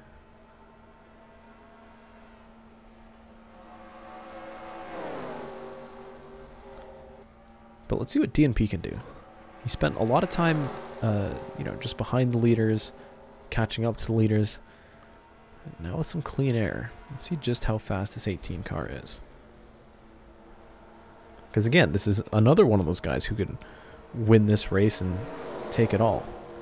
Currently sitting just below the cut line. So if he outscores the 98... Cody looks like he's going to be the bottom. Ooh, gives a little bit of a nudge to Hunter as he goes right underneath him. Wow. I mean, we're now talking wants to set aside on Adria. 2 cars in 1 turn? Not quite. Not quite. We're talking about how fast the 78 is, and here comes Cody H Gaming, who has just turned it up here super late in this run. I was trying to do mathematics over here. If DNP outscores Asteroid Strike and Rusty Fighter by about 60 points, 70 points, then it doesn't matter who wins, because DNP, as long as he does really well here, this could be a chase-off drive here. Now it looks like he's pulling a little bit away from Fireball and Adria, and Cody now stuck behind Adria. Probably going to look to make a move here shortly. We are getting in late into this flag run. You don't want to don't want to sit behind him too long, because you risk burning up the rest of what you got as well. I'm amazed at this momentum swing we're seeing. I mean, so much passing at the front from... I mean, this is not just the leader driving away from the pack and everyone spreading out over a long green flag period. It's... first the 04 is fast, then it's the 9, then it's the 18. Then we thought no one could beat Hunter B, and then here comes Cody. It always keeps you on your toes, the Sim Series. Yeah, it really does. Yeah, I wonder if Adria will just concede this position here shortly. Because they're not losing time, but I imagine they're losing patience. 3 Chevys, 2 Toyotas in this front little train of cars. An interesting turn from the Dodge front row. That's true, yeah. As we're just going to cross the halfway point. Still a lot of fun racing yet to be had. And I think it's... Oh, 98's pitting. Yeah, he's about thinking about had enough. He's been riding around back there for a while now. Might as well just take the lap and try to get that car drivable again. But for the guys who pitted on lap 25, we could be getting closer to the green flag pit stop window. And it looks like Mitchell Collins is going to come in. And he's got right side damage. We might call it the Darlington stripe. Was this a recent incident? Because he's behind these lap cars. It doesn't look like it was recent. Yeah, he might have just got his own Darlington stripe there. Yeah, he's already got it at this point. So yeah, pretty slow there. He's going to come into the pits as well. And we might start... Now, oh, we got a caution. Oh my god, big wreck. 82, 21, 7. Oh! Oh! And Flynn piles into it. No! Oh, that is heartbreaking for that 38. Xander M is He had out. an amazing, amazing recovery drive for that 38. Yeah, he piled into this wreck that happened in front of him. Xander M's finally done. That's his third wreck of the day. Wow. Let's go back and see what happened, because I switch on over and this car's just stopped on track. Oh my, I think somebody blew up. So it's Emmett Lashbrook, Chase the Coyote, fighting for 23rd spot. Chase gets in him on the way in, bumpers. And he caught, I think, the start of the safer berry here, which then bounces them across the track in front of Racer Fan 99. The 8 just gets squeezed, nowhere for KHP to go. But now the 08's backwards. They're on the top of the track, and as they're sliding down, all these guys trying to get under them. Oh my god. Oh! KHP got launched. I mean, it's one of those situations where you know these guys are going to slide down the track eventually, but you've got a whole line of cars who are all trying to go underneath.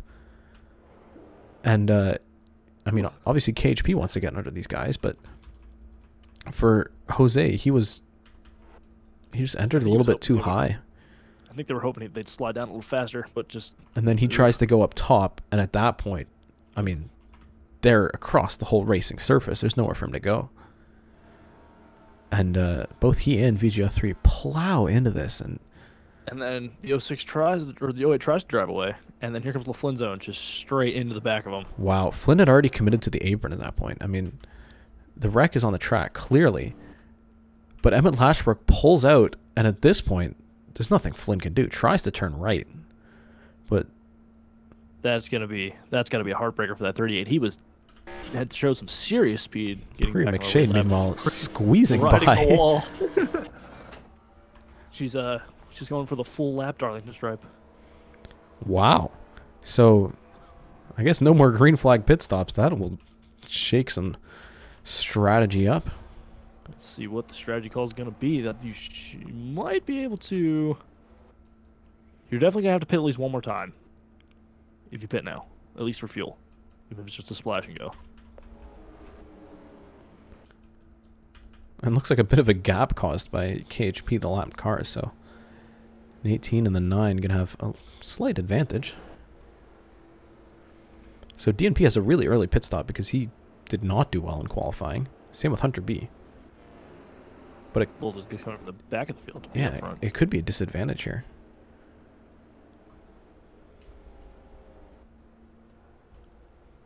So I think it'll be 4 tires for everyone. We'll see what the retirements are here. This could be to Cody's advantage. He's got one of the furthest along pit boxes. As you can see, the 8 retired. Box 3 there. He's got a bit of a... Yeah, it looks like he's got a bit of a Darlington stripe as well. Yeah, Cody's been at the wall at some point. So they could take time to repair the damage. Let's see, here comes the 9 and the 18, and Fireball's in front. Cody, they're fixing the damage on that car because he got the wall. Barely. Wow. So Fireball wins the race off pit road. The 9, the 18, the 04, then it's Hunter B. Now it's Clover 201, and Cody's falling back here. I think they're going to take the time to fix the body panel on that 28. There he is. Wow, he lost a lot of spots. Yeah, what cost did that come? Looks like they took the time to fix the body panel. And it looks like Carnation had a long stop as well. Yeah. All these guys at the end of the pit road. It's interesting. So where's the race off? There's the 9. Fireball 398. Off the jacks.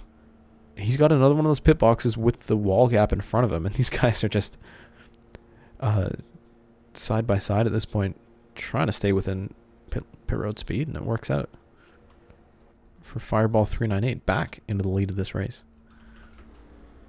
Let's see if they could they made any adjustments here. And Carter Friesen stayed out? What? Okay, hold on. I'm going to pause this because I want to... Carter Friesen did not pit? Is No. he crazy? No, Carter Friesen's not on the lead lap. Or he is on the lead lap, but not really. Let's go back and see. I wonder if he, how did he end up here? Before the yellow. He might have. Because he's in such a weird position. He's in front of the field, but behind the pace car. I think, yeah, he did. So he opted for the early pit stop, and this is as the caution's coming out. So yeah, really didn't work out for him. So he's essentially a lap down at this point. The true leader, Fireball 398, second in line on the outside. Then it's the 18 and the 04. And this... Mitchell Collins got caught on pit road on the yellow. As did the 98. This could be advantageous for the 18. If he can get to the bottom, because he's got open space underneath him. The 9's got these lap cars to deal with. It's going to be an interesting restart. That's for sure.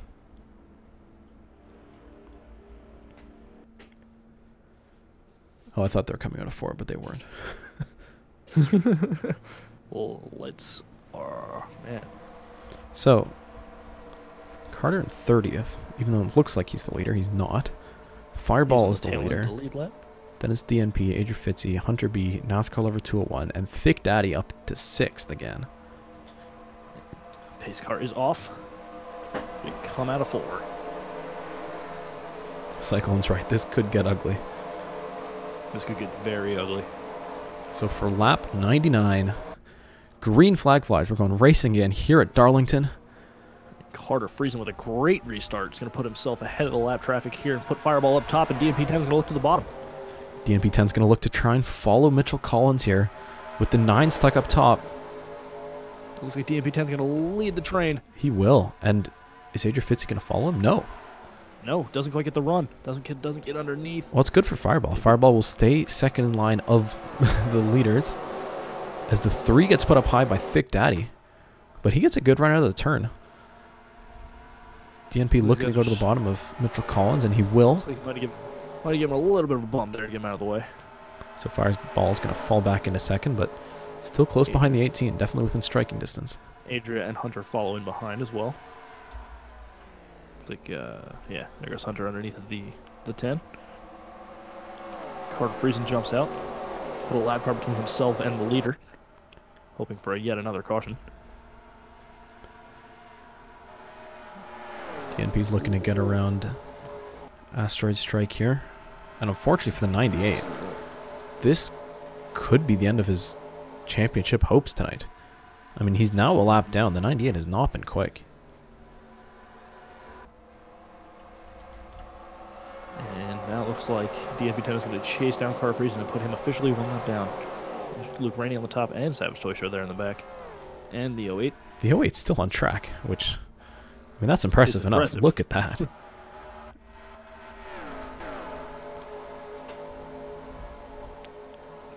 Fireball, DNP 10, Adria Fitzy, and Hunter. Looks like these two are actually pulling away from these two back here. Yeah, and Fireball in second is now closing in again on DNP. DNP, who got the lead off of the restart. Fireball, who got the lead in the pits. Now going to try and take it back. Peek. Look at the inside, and he'll make that move. Politely moves aside. Well, I think it's better for him to move aside faster here because he knows there's a gap behind him. He can get back in line in front of the 98 and be ready to do a counter-attack. Looks like there's about 5 car lengths between second and third right now. And it drops down to 3 now. Still single file through most of the field now. Fireball 398 back into the lead of this race. We've seen so many lead changes. It's back and forth, back and forth. Who's gonna? It's really gonna find out who it's gonna be here in the later run. Is probably gonna be a race winner. I mean, it all. What am I saying? It's always the left person who's leading the other race. Well, I knew what I was trying to say. So they're all definitely gonna have to pit at least once more.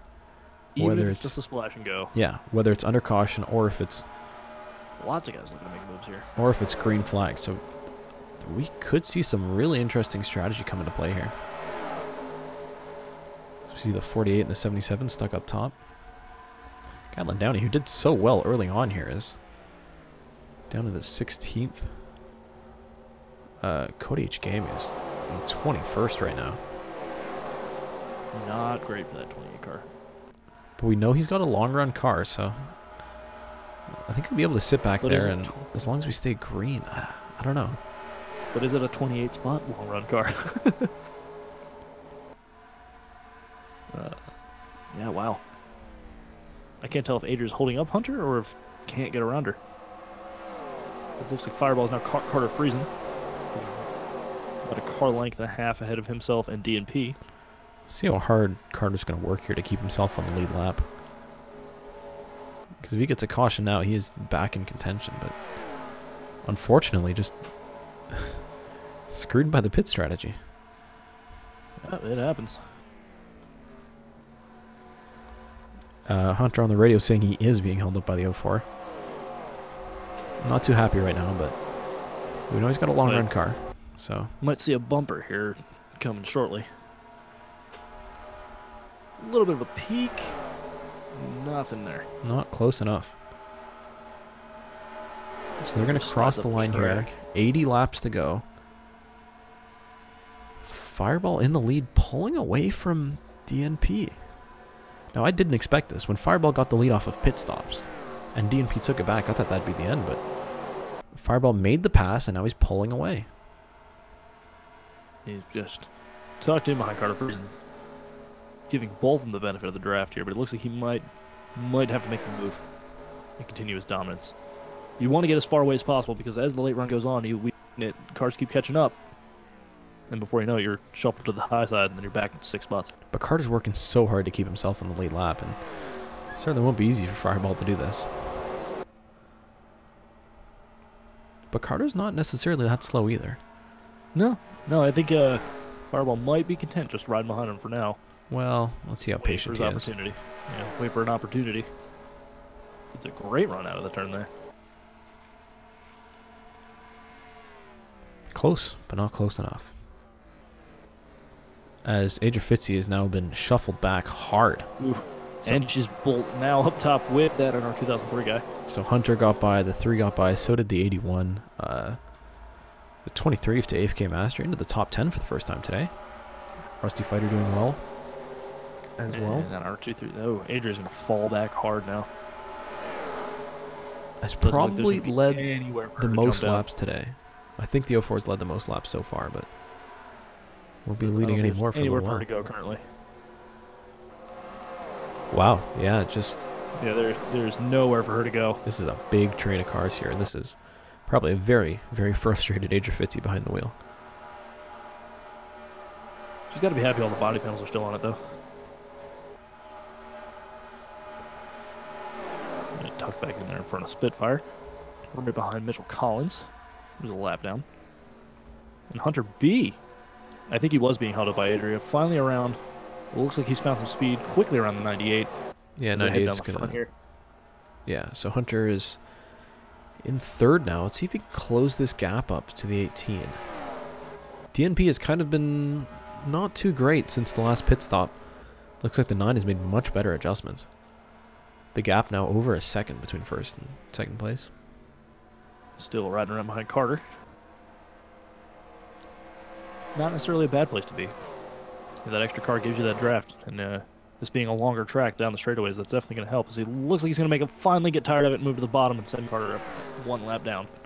Yeah, I think it was inevitable for Carter Friesen, unfortunately. Look at that gap he opens up through the turn. 2 car lengths before they exit. Well, when you get put up top, it just ruins your entry. You got to get out of the gas so much earlier because, I mean, you're up close to the wall, which here isn't always great.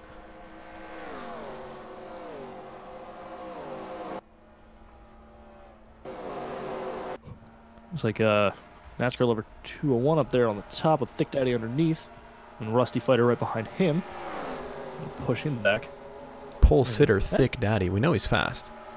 And he sort of got moved to the back off of pit strategy. Probably wasn't the best call to make, but certainly still fast. And good run for NASCAR Lover so far. He's been about a mid-top 10 car, I would say. Unfortunately, just now stuck up top. Yeah, he's going to be back there with Adria. I think he's got room to actually get down before. Rusty's going to go for that 4th spot.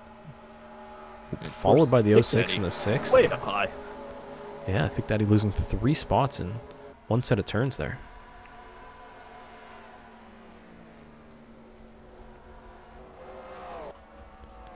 Looks like Hunter is slowly closing the gap. But Fireball, a great run so far. Yeah, he just pulled another 2/10 away from DNP that lap. The 9 is really turned it on this last stint. Yeah, whatever adjustments they made, he's dialed in now.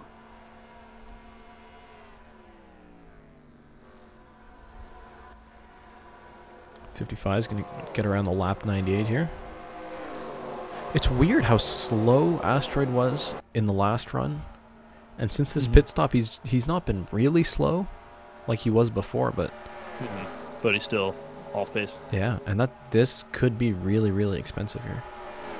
Yeah, it's a shame for that 98 car. He's been having a great run so far, but it's just going to cost him.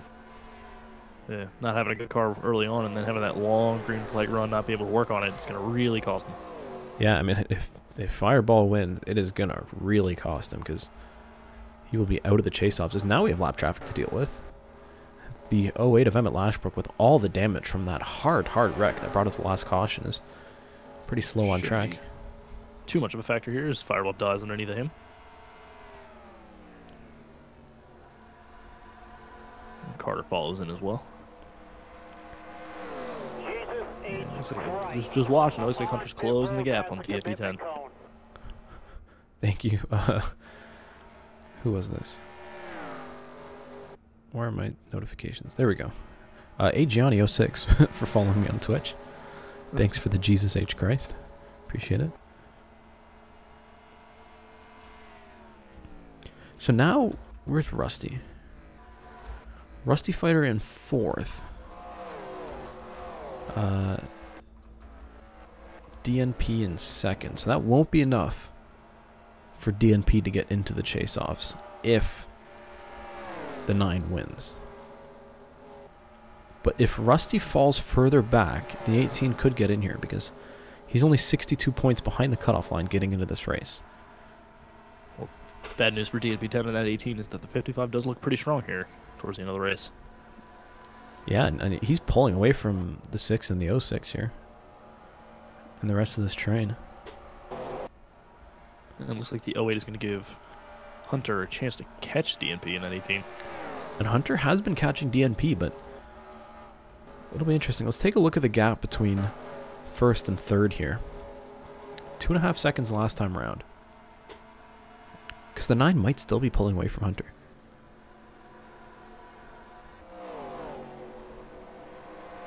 .08's going to come for a pit stop here, probably to get out of the way, tear some more body panels off. Yeah, repair damage, fix issues, or just pull it into the garage. Let's turn into a testing session here for the 08 team. So Hunter now right behind DNP 10. But he lost a 10th to the 9 that last time around. I wonder what Hunter can do if he winds up here in 2nd place. He's got the better car and the cleaner air. Does have a bit of a way to go between him and Carter Friesen, but and more chase-off implications. Hunter gets around the 18 here. That's going to put Rusty Fighter right behind DNP 10. Yeah, and then that could end DNP's chances here of getting into the chase-offs. And the 55's catching them as well. That battle going on. It looks like he's going to close in here and actually make it around the 18.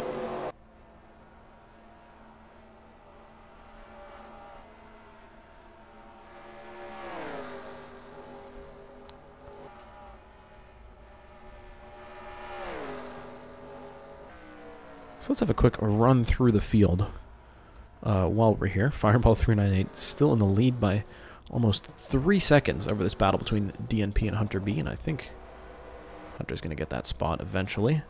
55 Rusty Fighter has been catching these guys in this last stint. Oh, thank you. Oh, jeez, I gotta read this. I love your hair, Kurt, for following me on Twitch. We did a stream die. It's doing the frame drop thing. Man, Canadian internet likes to drop frames. It does it. I'm gonna pause this. It does it in a weird way where like it's great, it's totally fine. Then it's like, nah, for like a couple minutes, just don't do anything important. Hope you weren't streaming or anything. I hope you didn't have like 71 people watching your stream. Oh wait. Oh wait. Uh-oh. Oh my god, it's still dropping. Alright, let's play with the helicopter.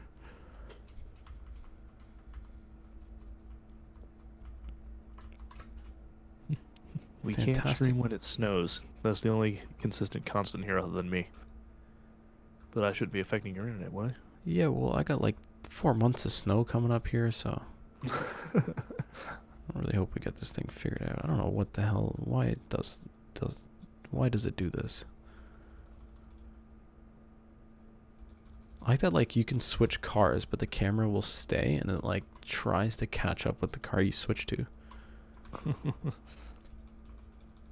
But if you go too far away, then it just jumps. So, like, you can get to a certain threshold, like, right here. See it jump to the 13. See, there you can fly. There I can fly. But if I want to go that far, it just jumps. Yep. It's interesting. Alright, so it stopped dropping frames. Let me type in chat so people are back.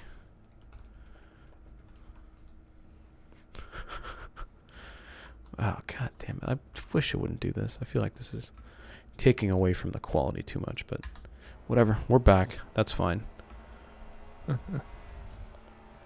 Anyways, we were going to go through the field. Fireball, where were we at?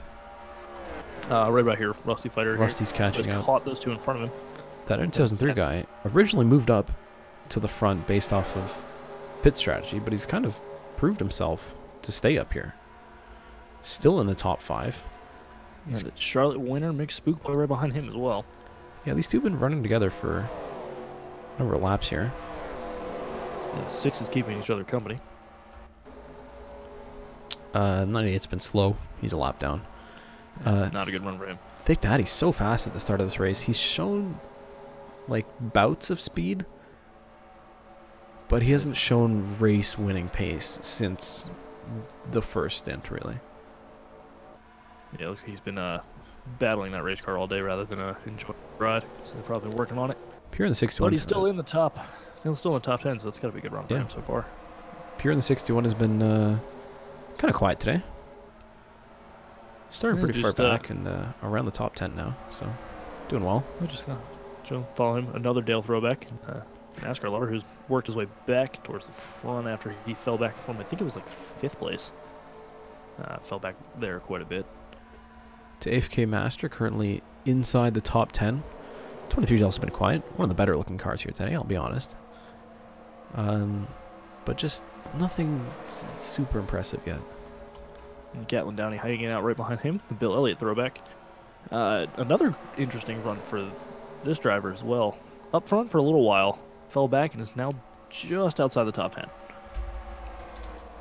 83 of Midlife, we saw get shuffled back a few times, but has started to work his way back up. Just sort of keeping his spot in line in this little train here, and looking to score some good points here.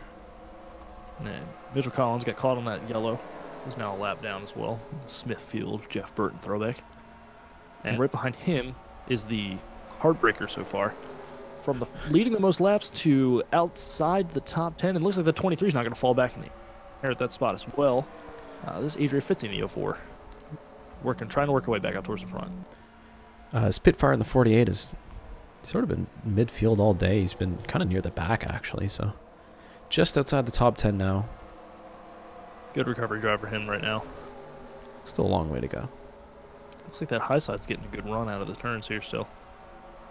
But the inside is where you need to be if you're going to make that pass. We got some of these mid to backfield guys: Mike PMC, Anderson Reed, and then Cody. Where's Cody at right now? Cody H Gaming, 17th place. We saw he was down to 21st after the pit stops. Lightning fast at one point. Was catching up to the leaders. Caution came out. And he'd been running it too hard. Got on the wall. They had to repair that damage and lost a whole lot of spots. At least he is trending forward, though. So he's got that to look forward to. And if we get another caution here, he could actually be a factor in the end of the race. I think it'll take some strategy to put him back at the front. I don't know if he can do it naturally. Jake 24, DriveThrough. What incarnation? In 20th. I mean, after the first 20, 30 laps of the race, can you imagine the 24 being this far back? Yeah, it was it's like it's disappointing to see him back this far. It's like they made adjustments in the wrong direction. We were talking about Carnation winning his second race finally, and here we are. What is with all these hair accounts? Thank you, I love Dale's hair for following me on Twitch. DS Gaming, F1 Fan 2751, the points leader. On a recovery drive, really, after that incident. Yeah, I mean, amazed to see him in the top 22. Started at the back, was involved in that incident at the back. Currently 22nd. Two spots behind what Incarnation? Now, this is important. Carnation only trailing 1 point behind the 84 going into this race. But Carnation will get 5 bonus points for leading a lap. Which means if F1 Fan wants to start the Chaseoffs in first place and be the regular season champion, he will have to finish ahead of what Incarnation by 2 spots. Not out of the realm of possibility here, with still 1 pit stop left to go. It could happen. And that would be a great recovery for that 84. Every time I've talked about the 84 being out of the picture, he has found a way at the end of the race to just somehow end up in the top 10. Prove you wrong. So never count out F1 Fan 2751. And we got a little train of cars here. Some of these guys that haven't had incredibly exciting days. Luke Rainey, the big one, Racer Fan. Well, he's had an exciting day. Probably not for the good reasons, but... And the 29, the 60 are actually keeping up with these guys. Even with that damage. Yeah, without rear panels. The 08 came, made a pit stop, repaired some more damage, and he's holding on to this pack as well. I'm impressed. And then, you know, Priya McShane still damaged. So we go back out front. Fireball still leading. Now by almost 4 seconds. Yeah, Carter Freeze not giving up too much there. So Rusty Fighter made his way into second. He's past Hunter B, although Hunter's still close behind. And DNP has fallen back. When we start to see the later run cars here, are going to really have an effect. And that's not something that DNP wants to see, with Rusty Fighter 2 spots ahead of him now. With that bubble spot on the line, with a new winner possibly out front. It's doing the frame thing again. Don't make me pause the stream. Don't make me do it. Alright. Oh, I thought I fixed this.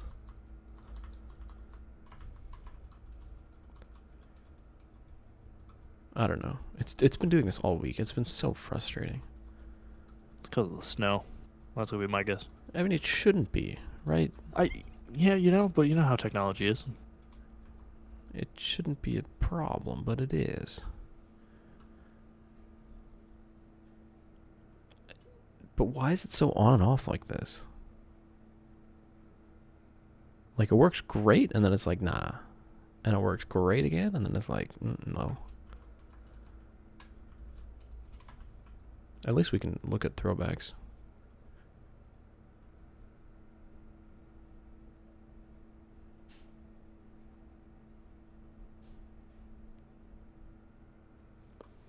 Yeah, it's still dumping frames.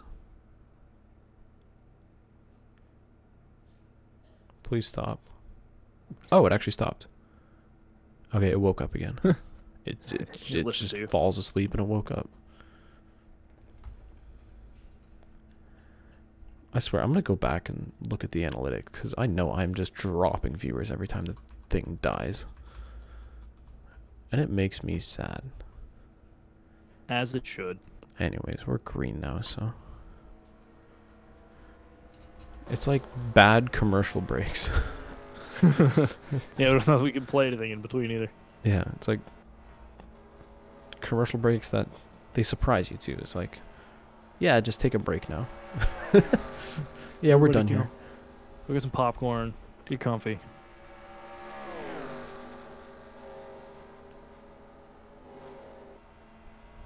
At least I'm not like, if it was with Cody, then I'd be like super embarrassed because it's like, I invite this dude over and it's like, oh, your stream doesn't work. It's like, hey, what's an internet? 44 laps here left here. Nah. So 4.08 seconds. That is. Let's look at this.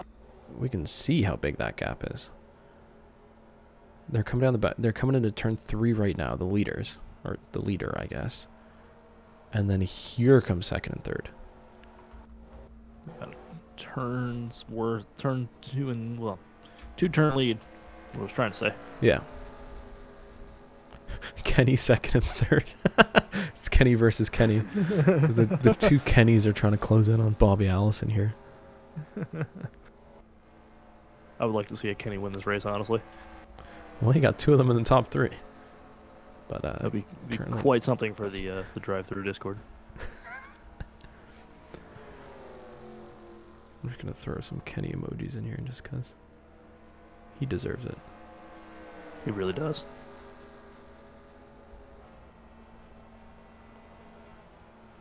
.17 seconds. It's falling back. I wonder Hunter now taking a peek.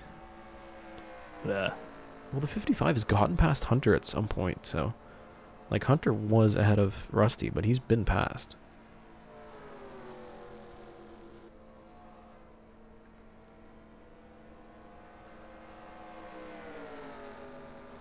But, oh, he can't do that.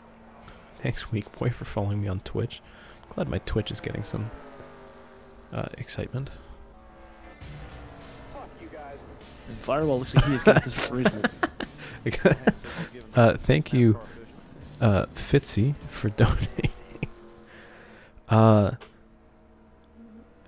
It doesn't actually say sex. It just says $1.35 Canadian. I'm sorry.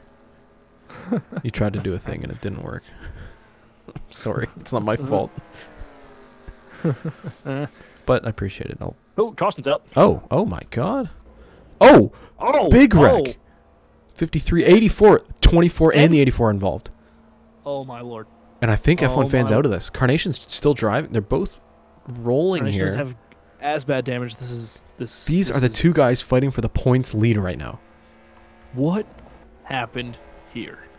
Well, I want to see what happens here first. The 84 is going to go for the pass as they're both pacing on the apron here, but if they can get either of these cars fixed in time, Carnation's slowing down though. The 84 is smoking, so I think they're going to have to DNF the car, but if Carnation can continue, that'll put him into the points lead. If he can't, then F1 fan might just keep the points lead. What an interesting development here. And now we should be making our last set of pit stops as well coming up, so that's going to be an effect on the race leaders. But more importantly, what happened? I'm going to give a simulation pause here because I do not want to miss a second of this. Let's go back, see what happened, and then we'll pick this weird pacing damaged car battle for the points lead afterwards.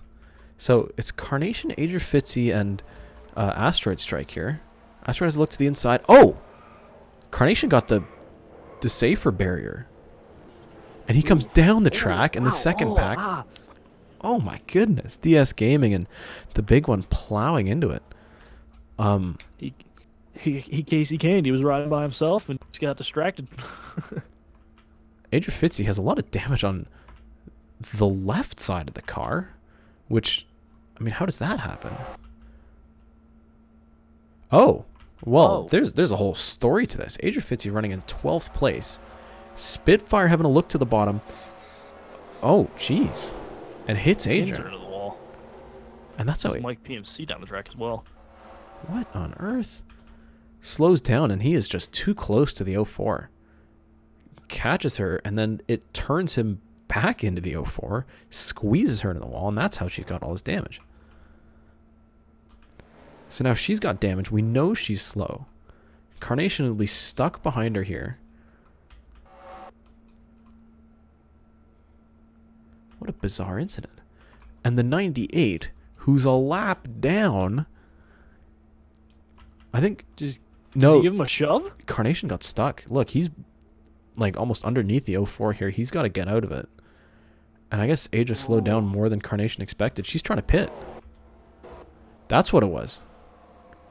Aja Fitzy's trying to pit with 2 cars stacked up behind her.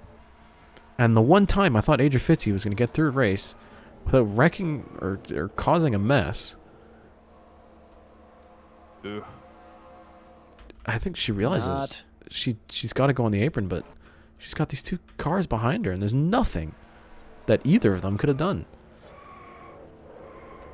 Wow. And then everybody just nowhere to go. Piles in. The 60 again with a hard wreck. Man. Luke Rainey, a lot of damage. Luke Rainey involved. Pretty McShane gets by scot-free that time.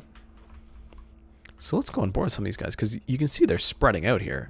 They know there's a wreck in front of them. They got to go places. Let's go on board with the big one. You can see Carnation go around. They're trying to go down the track, but Carnation comes down and they end up just filling the track. Enjoy Sprite. So, oh my god, that looks so sad now. All these great looking cars ruined. So now let's pick up this weird race. Both of these cars are damaged from this wreck. You can see the smoke pouring out of the 84 car. And the 84 makes the pass. That's the big move there. That might be... It if might they're both be. enough, that could be the move. So where's Carnation? The rest of the field's coming around them, so they're definitely going to be a lap down. And Carnation's slowing down. He's losing speed. His car might be... It might be dead. I mean, he had a lot of fire coming out of the exhaust, so... And it Lashbrook right in the back of the 98 right there. Well, he's probably not too happy with, I don't know, something. But if Carnation can't make it to the pit, he's now down to 30. Through the commitment cone. And this isn't the pit entry. Oh, no, it is not. He might have to tow it here.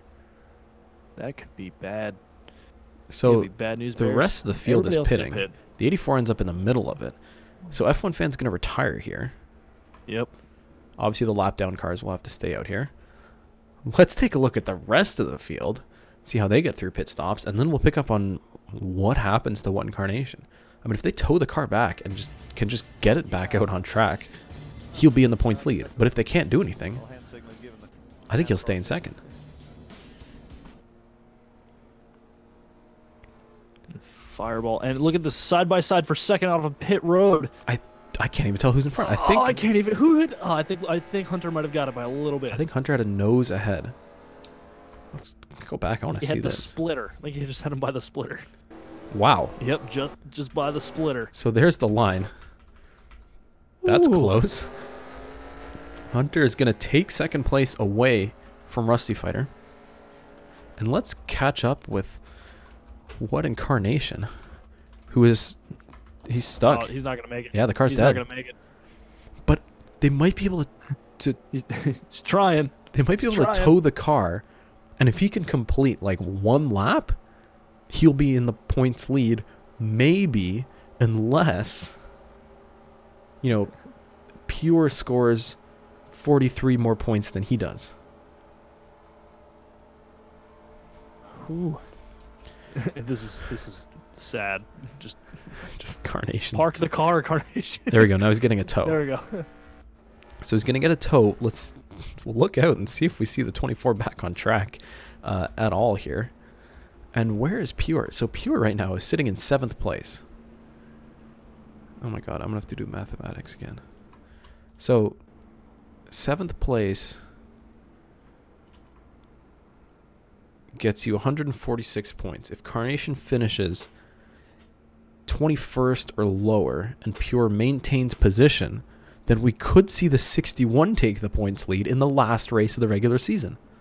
That would be something. And as of right now... oh, the 04 is on the tail end of the lead lap here.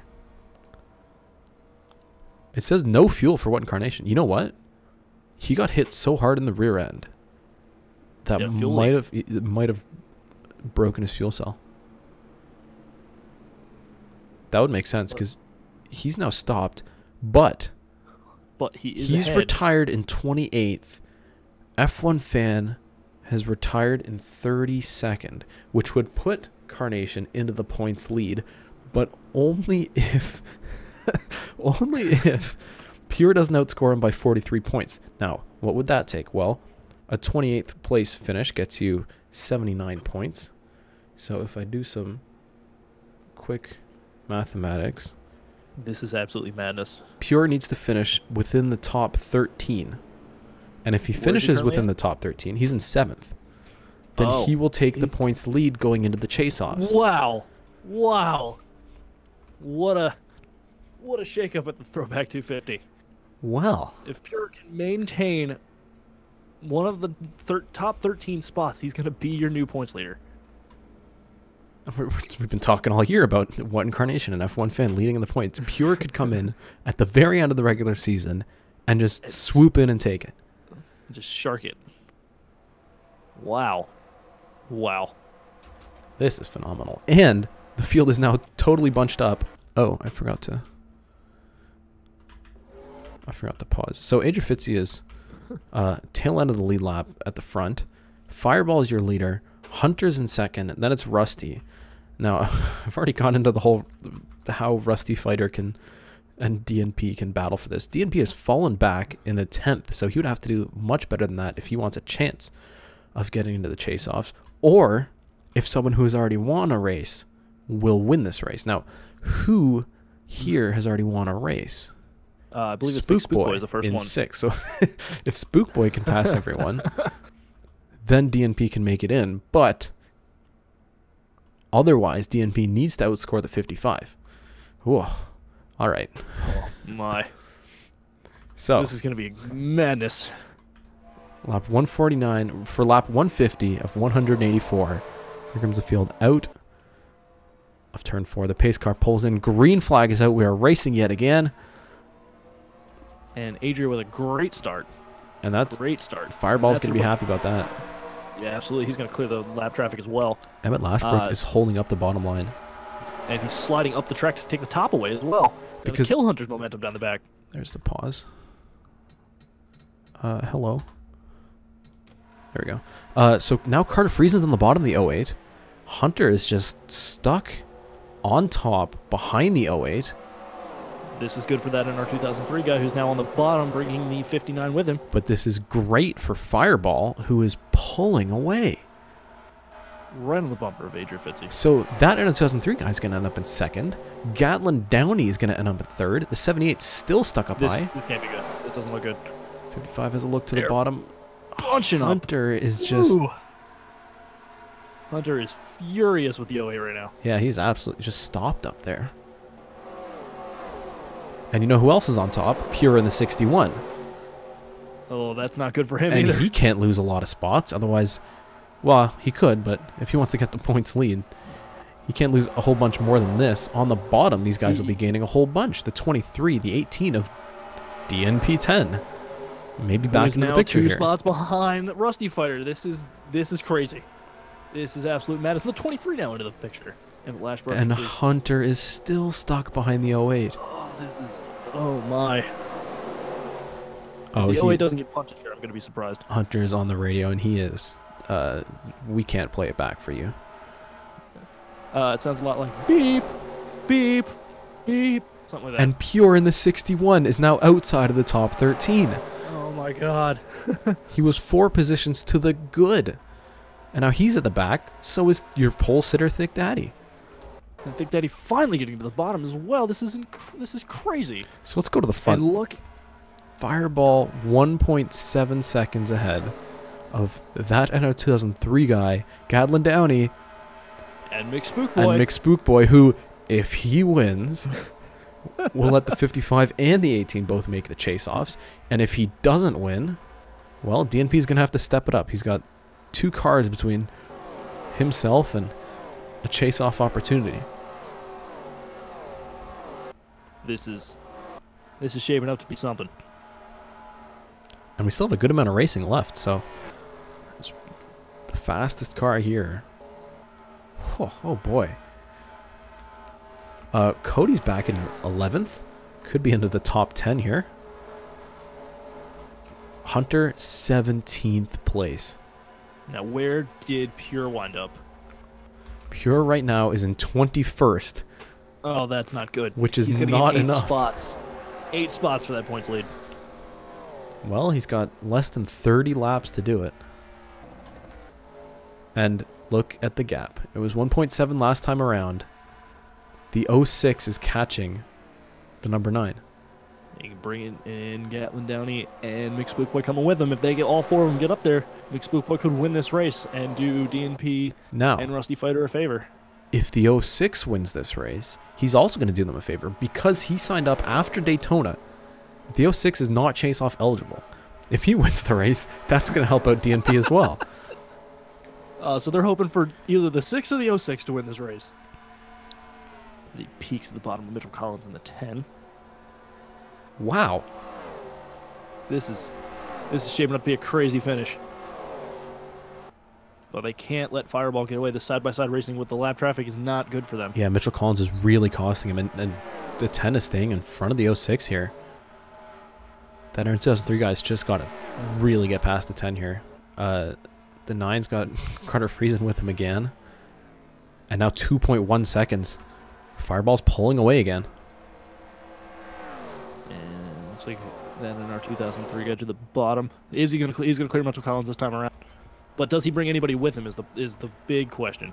It looks like no. They're busy battling each other. Spookboy and Gatlin Downey.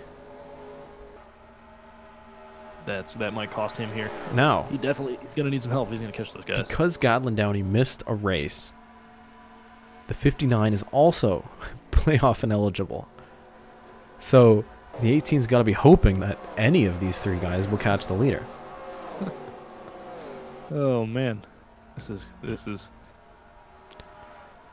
And now looks like Rusty Fighter's going to go.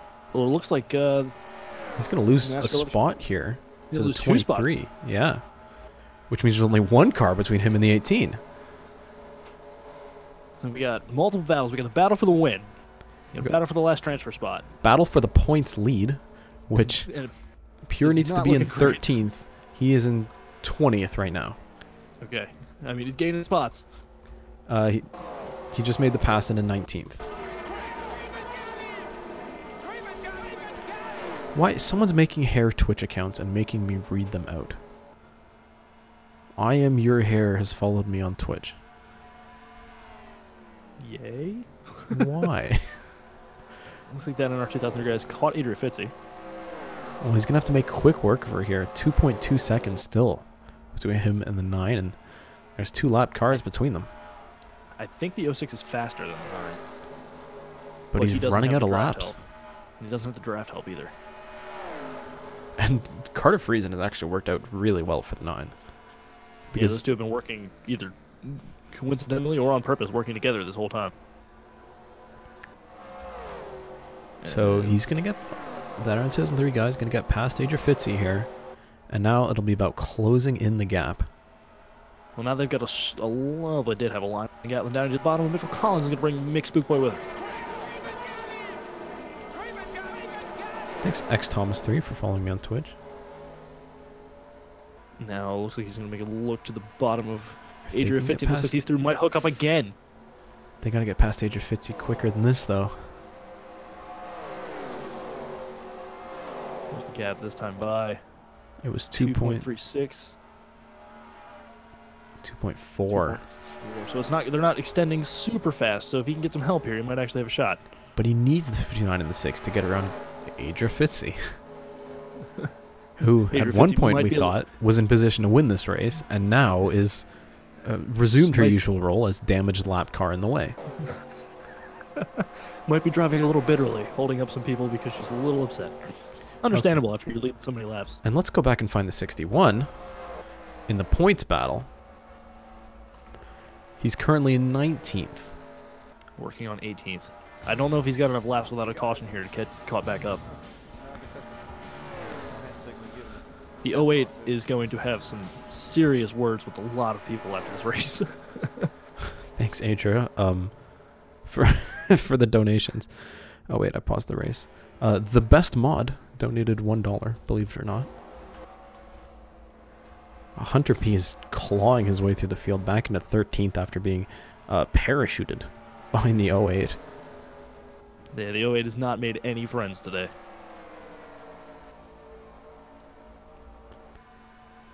And Gatlin Downey looks to the bottom of Adria Fitzy, looking to finally make the pass. But the 06 is stuck behind the 08. Oh, there we go again. He's got to get past. Yeah, he's got to go right now. Yeah, if he doesn't know now, it's over. 2.5 seconds now. Running out of laps. I think the 06 is the fastest car on the track right now. You can see the gap. About half a straightaway between him and Carter Friesen and Y'all, Fireball. I swear, I'm going to disable Twitch notifications. Sorry, continue. What he needs now is he needs Carter to make a move on Fireball. He needs them to go too wide for a bit of time just to give him some more time to get caught up. Oh, the whole pack is being held up by the 08. I think the 08 is might need to run to his hauler after this race. We might need some. A lot of people headhunting. A lot of fans too. Might need some security getting out of here. And now NASCAR over to the bottom of the lap car.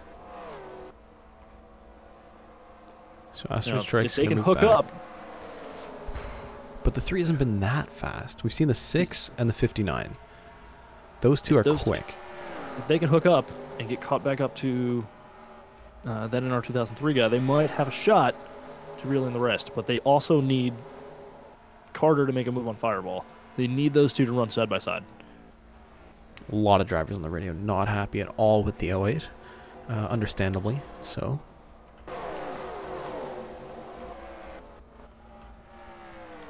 .8 seconds. The 9 is still pulling away. Ooh, looks like Carter might actually be starting to make a move. I don't know. A little bit of a peak there. He hasn't really challenged him at all. I don't think he'll do it now with, 15 laps to go. There's nothing the 33 will gain by getting past the 9. A lap? A lap if there's a caution, maybe. But then he'll be at the tail end of the line, and it's so hard to pass here. But you know how everybody is in the Sim Series. Everybody's overly aggressive. It's true. Gap almost at 2.87 this time. Now Gatlin down to the top. Lost? It's passed by McSpook Boy, and is going to lose that momentum in those spots now.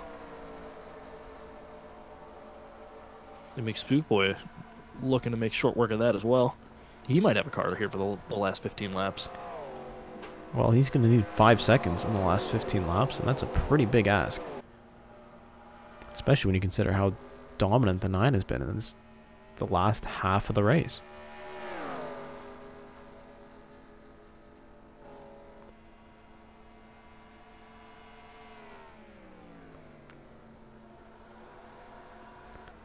So let's find the 61 again. Where's he at? Where's he at?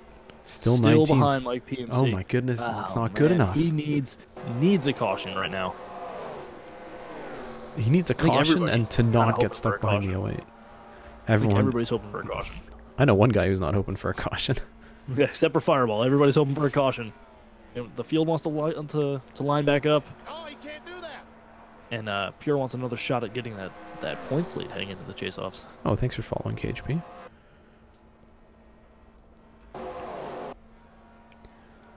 And that Aaron says 3 guy all alone is not going to do it. He lost another 10th this lap. Yeah, it's hard to do it when you don't have any help here. I know that Carter is a lap car, but he does give Fireball that much more of an advantage.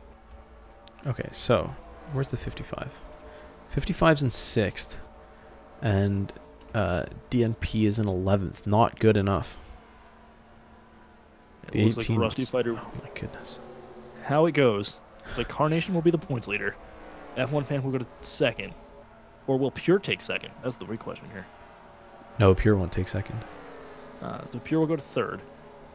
And then your transfer spot will be Rusty Fighter, because Fireball's going to win his way into the Chaseoff. So Fireball's going to get in. Rusty's going to get in. If now would be a terrible time for a mechanical failure. Yeah. or, you know, a race-changing caution within the last 10 laps here. So 9 to go. It's now 3.5 seconds almost. Fireball in the lead. And the 33 has helped him every step of the way. Oh, absolutely. I'm sure that they'll celebrate together in victory lane, even if, like, Fireball probably just invited him in there. Or at least to the hauler afterwards. Because he's been a major help in this late run. A lot of drivers calling for cautions right now. But everybody but Fireball looking for one. Yeah. I tell you what, the Hunter 2003 guy has to be happy with a second place finish in his third start. Absolutely, especially after the bad luck he had that put him towards the back of the field earlier on in this race. Yeah. Great drive. I'm sure he wants a shot at the leaders, but he's just going to run out of time. And it's one of those situations where, you know, he got up based on pit strategy. We didn't know if he could stay up front. At one point, it looked like he was going to drop all the way back, but has really, really proved himself here today. Really shown that he going to be looking for a ride next season with somebody's team.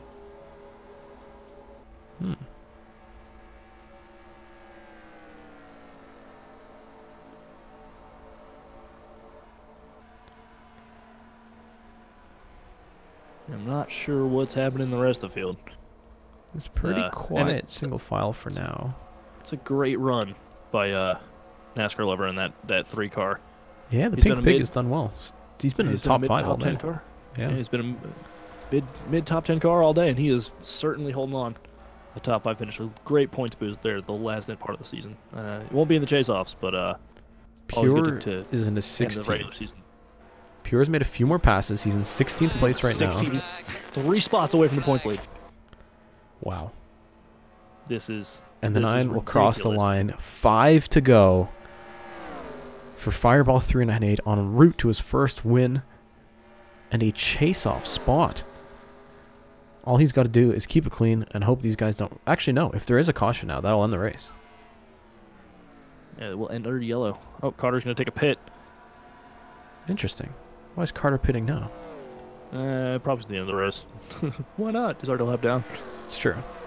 I wonder if he's didn't quite save as much fuel as he hoped he had. And the 06 still falling back from the 9. Everyone else has enough fuel, right? I would hope so. They pit with No. What? The 9's coming in. Gonna pit. No way. Fireball comes in. He's gonna give up the lead of this race. He thinks he doesn't have enough gas. I think it was just outside the pit window. Oh my God, he's gonna give up the lead. Everyone else is staying out, which puts the 06 in the lead. And if he wins, the 18 gets into the chase-offs. This is unbelievable. This is unbelievable. He gave up the lead of the race. He does not have enough gas. So. Yeah, oh, that is heartbreaker for Fireball. But does everyone else have enough fuel? I think. Oh my gosh. Just when you thought it was the 06 is coming in. The 06 is gonna pit. He thinks he can't do it. The 6 is gonna stay out. Boy's gonna inherit the lead. 6 is coming in. So is the 23. These guys don't think they can make it. 3 to go this time. Who's gonna make it? Who's gonna have enough fuel? 2 to go. That's 2 to go. Oh my lord. So will Spookboy make it to the end? This has turned into a fuel battle. The 3 is in second. The 48 ends up third. Gatlin Downey fourth. Here comes the 9. He's a lap down. This is still great for DNP. If Spookboy stays out, if he has well, to pit, if he can make it to the end. Oh my God, this is going to be. We could see them run out of gas. White flag in the air. That should put Pure back into 13th. If he stayed out. He's in 12th right now. Pure's in 12th. Oh my God. Can Spookboy make it to the end? White flag in the air last time around. They're trying to take the gamble on fuel. Winner. He's already made it halfway around. I think he can cruise from here. Doesn't make the move to the bottom. He's going to stay on the track. Makes Spookboy. He's got enough. Spookboy's going to do it in the end. 4. Wow. When you thought it was said and done. Pits with 5 to go. So McSpookboy wins it. Inherits the lead, then pits. Wow. McSpookboy, repeat win here at the DriveThrough Sim Series. What? And Pure has just inherited the points lead. Has finished. Where is he? In 12th place. Pure has inherited the points lead. Oh, Pure has my done it. God. Spook Boys pulled it out in the end. Oh my goodness. Have never. I thought it was done. In my time. I thought it was over. It was over, right? It was like 5 to go. It He's in the lead by so much. You think Wow. even with draft help that the 9 would have made it to the end, but So wow. the 18 gets the Chaseoff spot. Unless... Oh my god, I'm going to have to do some more math here. Okay, the final standings. Spook Boy wins over NASCAR Lover 201. Spitfire ends up 3rd. Catlin Downey 4th. Jake 24 with the top 5. Hunter ends up 6th. Wow. Then it's Anderson Reed, RacerFan 99, Cody H Gaming in the top 10. DNP finished in Good recovery. the 55 pitted. What? So Rusty Fighter's 22nd. DNP's in 10th. He should be in. He should be in. Cody finished 9th. Now, Uh-oh. Uh-oh. a little bit of mathematics here. Cody finished 9th, which should be 143 points. Rusty Fighter is 22nd, which will be 97 points. Which means he's got 46 points. It's not enough. Oh, I thought it was. He needed 74 points. Ooh. So Cody's not going to make it, unfortunately. rough. Rusty Fighter, despite the recovery pit stop drive at for the end, will end up making the chase-offs. What an end to this race. Wow. What an end. And wow, what a great run for NASCAR Lover, who went from, perennial 5 through 8th spot up to 2nd. Oh my goodness. What a finish. What a finish. Hold on, I want to go back and just relive this moment real quick. Because when Carter Friesen pitted it, it was like, okay, yes, he's a lap down. It might be just getting out of the way, but it's like, no, they all pitted at the same time, right? He pitted the lap later. Yeah, I know, but I mean, can't under believe he- caution, they all had the same amount yeah. of fuel. I think so. So the rest of the 6 might have been saving. Because the 9 had to come in. This is with literally 4 laps to go in the race. And that gives 4 it to go, to- and he's got a pit. That that gives gives it it to that 2003 guy, who at this point looks like he's going to take his first win. And we're all like, yeah, cool, first win. And then literally the next lap. He can't make it to the end. Oh my god. I can't believe this. He's got to come in. And Spook Boy does out it. of Nowhere. He was nowhere all race. Who else pitted? So the 23, the 55 pitted, although he still made the chase-offs. And all of these guys that stayed out gained a whole bunch of spots. But did anyone run out before the line? Was it even that close? What would have happened if the 9 stayed out? I'm not even sure. It looked like he had his first win and a chase-off spot under the belt. And he couldn't do it. Man. That hurts. And I can't believe that it was just enough cars that Pure got past to give himself a spot. Oh my god. Those 2 pitting helped. Yeah, because I think those put him over the edge. the 59 pitted and the 23 pitted, and so did the 06. And that is what puts Pure into the points lead. Wow. Wow, he has got to be excited. Oh my gosh. Unbelievable finish to the Throwback 250. Unbelievable. Insanity. I can't believe how great this race was. I'm going to export. Yes, please do that. This is what, race 12? Throwback. Crazy. My Wow. god. An amazing, amazing finish. Great way to finish the regular season. Oh, absolutely. So, oh my god. Spook Boy will win his second race. He'll become the second ever Sim Series driver to win 2 races. That's back-to-back wins for repeat drivers, isn't it? Didn't Yeah, one win Sandra last won- week? Yeah, you're right. Well, not last week, but, Well, the last race. we had our holidays. Yeah. Well, a great treat for those of you who tuned in. And remember, stay tuned in, because after the burnouts, we're going to look at who is going to be a team owner for the Sim Series Season 2. So I'm excited. If you put in your ownership application and you are like anxiously awaiting the results, Stick around. You're going to find out. Do I get to hang out in here while that happens? Well, yeah, we got to get through the donuts first. Wow. I can't believe they finished that race. I can't believe that. So we've got 17 cars end up on the lead lap. Only 26 finished. Wow. Whew. Okay, well, let's get on to some burnouts from your race winner for the second time this season. It's Mick Spookboy. I can't believe that. Let's stick him on the race winning car.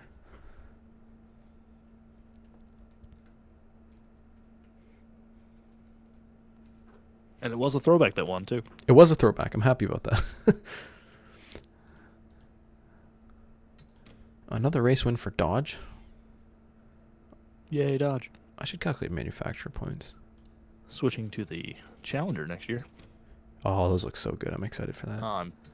Can't wait. And he's going to do David Reagan proud.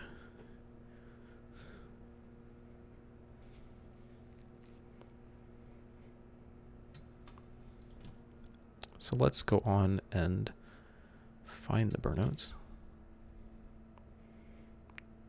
Donde es el burnadito?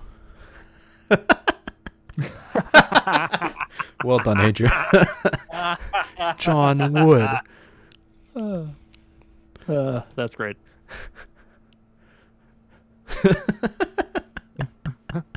That's pretty good. Oh, I'm sure the other ones are good too, but I didn't actually download those. Anyways, today's burnout's brought to you by Adrian Fitzy. Thank you very much. And let's get the victory music. Remember, stick around. Team ownership stuff coming up next. But first, donuts from Darlington.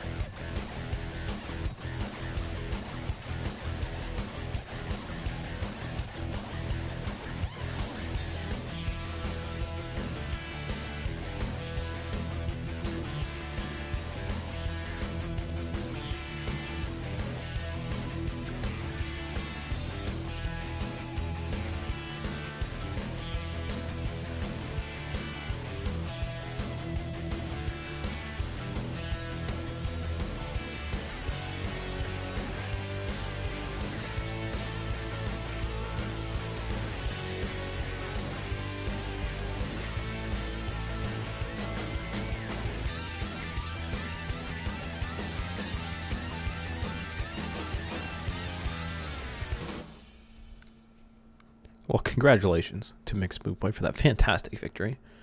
What a race, dude. Oh my god. It was absolutely mind-blowing. I can't even... I'm still processing it. I thought it was over. I was like, that was a good race. I'm glad we got to experience that. And then, oh jeez, all hell broke loose.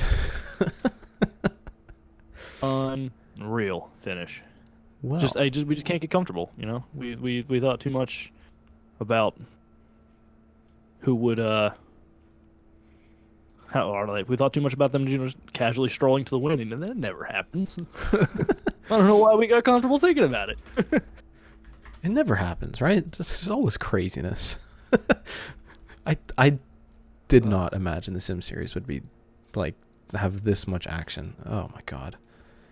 Anyways, I don't really have any graphics for this because unfortunately I spent all my time painting throwbacks, but we do have some team ownership stuff to announce. So I've got 3 different levels of team owners.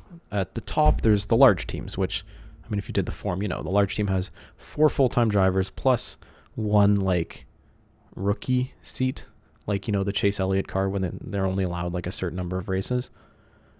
So you get 4 full-time drivers plus 1 dude who gets to run 5 races that you get to pick. Then there's the small teams. The small teams, it's actually not that small because you get 2 full-time drivers and you get 2 part-time drivers. So, like... Ooh. In the race, you're going to end up having 2, 3, or 4 cars, which is nice. That's fun. Of course, there's going to be some independent spots if you guys don't want to deal with ownership and stuff. All that announcement stuff will come in a video later. Don't worry. And then there's a B series team owner. So you're going to help me run a little something on the side, because so many people have been asking to be a part of the Sim series, and like there's straight up not enough space. But we'll have like something cool in its own sense for people to do. Don't worry, that's gonna be fun. So large teams, we're gonna have 5 large teams. Obviously the first one owned by myself because I have to. It's my own series. It makes sense. It is your series. And there are 5, or sorry, I can do math. There are 4 other team owners. So the drum roll in your heads, please. The 4 large team the 4 large team owners for the Sim Series Season 2. Well, there's you, first of all, Skull and Bones. Woohoo! Nailed it. Skull and Bones, Savage Toy Show, Priya McShane, and NASCAR Lover 201. So I'll give you a Discord thing, and we'll work on that stuff later. But congratulations. Woohoo. Congratulations, other owners. Savage Toy Show, Priya McShane, NASCAR Lover. Good job, guys. And then small teams, the little boys, the 2.5 drivers, Adrian Fitzy, Xander M, Asteroid Strike 9, What Incarnation, and Janza. So it'll be a similar process for you guys. And then the B-boys, who, like, I'll deal with separately, don't worry. The B-boys, Mechanized Chaos, Tropical Cyclone, Spitfire, Crispy Fried Games, Mark Silas, RacerFan 99, and Carter Friesen. So that's fun. If you didn't make it, don't feel bad. There's a lot of people who signed up, dude. I got like 33 entries, and I only have a few spots I can fill out. But, you know. And now you can sign on with other teams. Yeah. So you can still work for other teams, I guess, in an ownership position, but you can definitely still sign contracts for teams and drive for teams, and that'll be fun. Yeah, Tropical, you did sign up for a small team, but I wrote in the form you might get bumped down. And unfortunately, as a rookie, you're not really going to be a team owner, you know? But that's fine. You'll help me with you'll be a B-boy. So, thank you, everybody, for tuning in, and I like this little post-show thing. This was fun. What a great race. Oh my god. Keep an eye on the Discord. Talking Sim Series. The new for DriveThrough Season 2. The DriveThrough Sim podcast. Wow. Yeah, so keep an eye on the Discord. The chase standings and all of that stuff will be up today, which is exciting. Although I think as long as I did the math correctly, I might have screwed up, but I think I did it right. We should know everyone who is in or out of the chase and all that fun stuff. So thank you. I can't believe at the change of hands for the points lead. Yeah. Which will hopefully be official later, obviously. But yeah. Wow. Thanks for sticking through the network issues. I hope it was worth it. And I'm glad the throwback race has really lived up to the hype.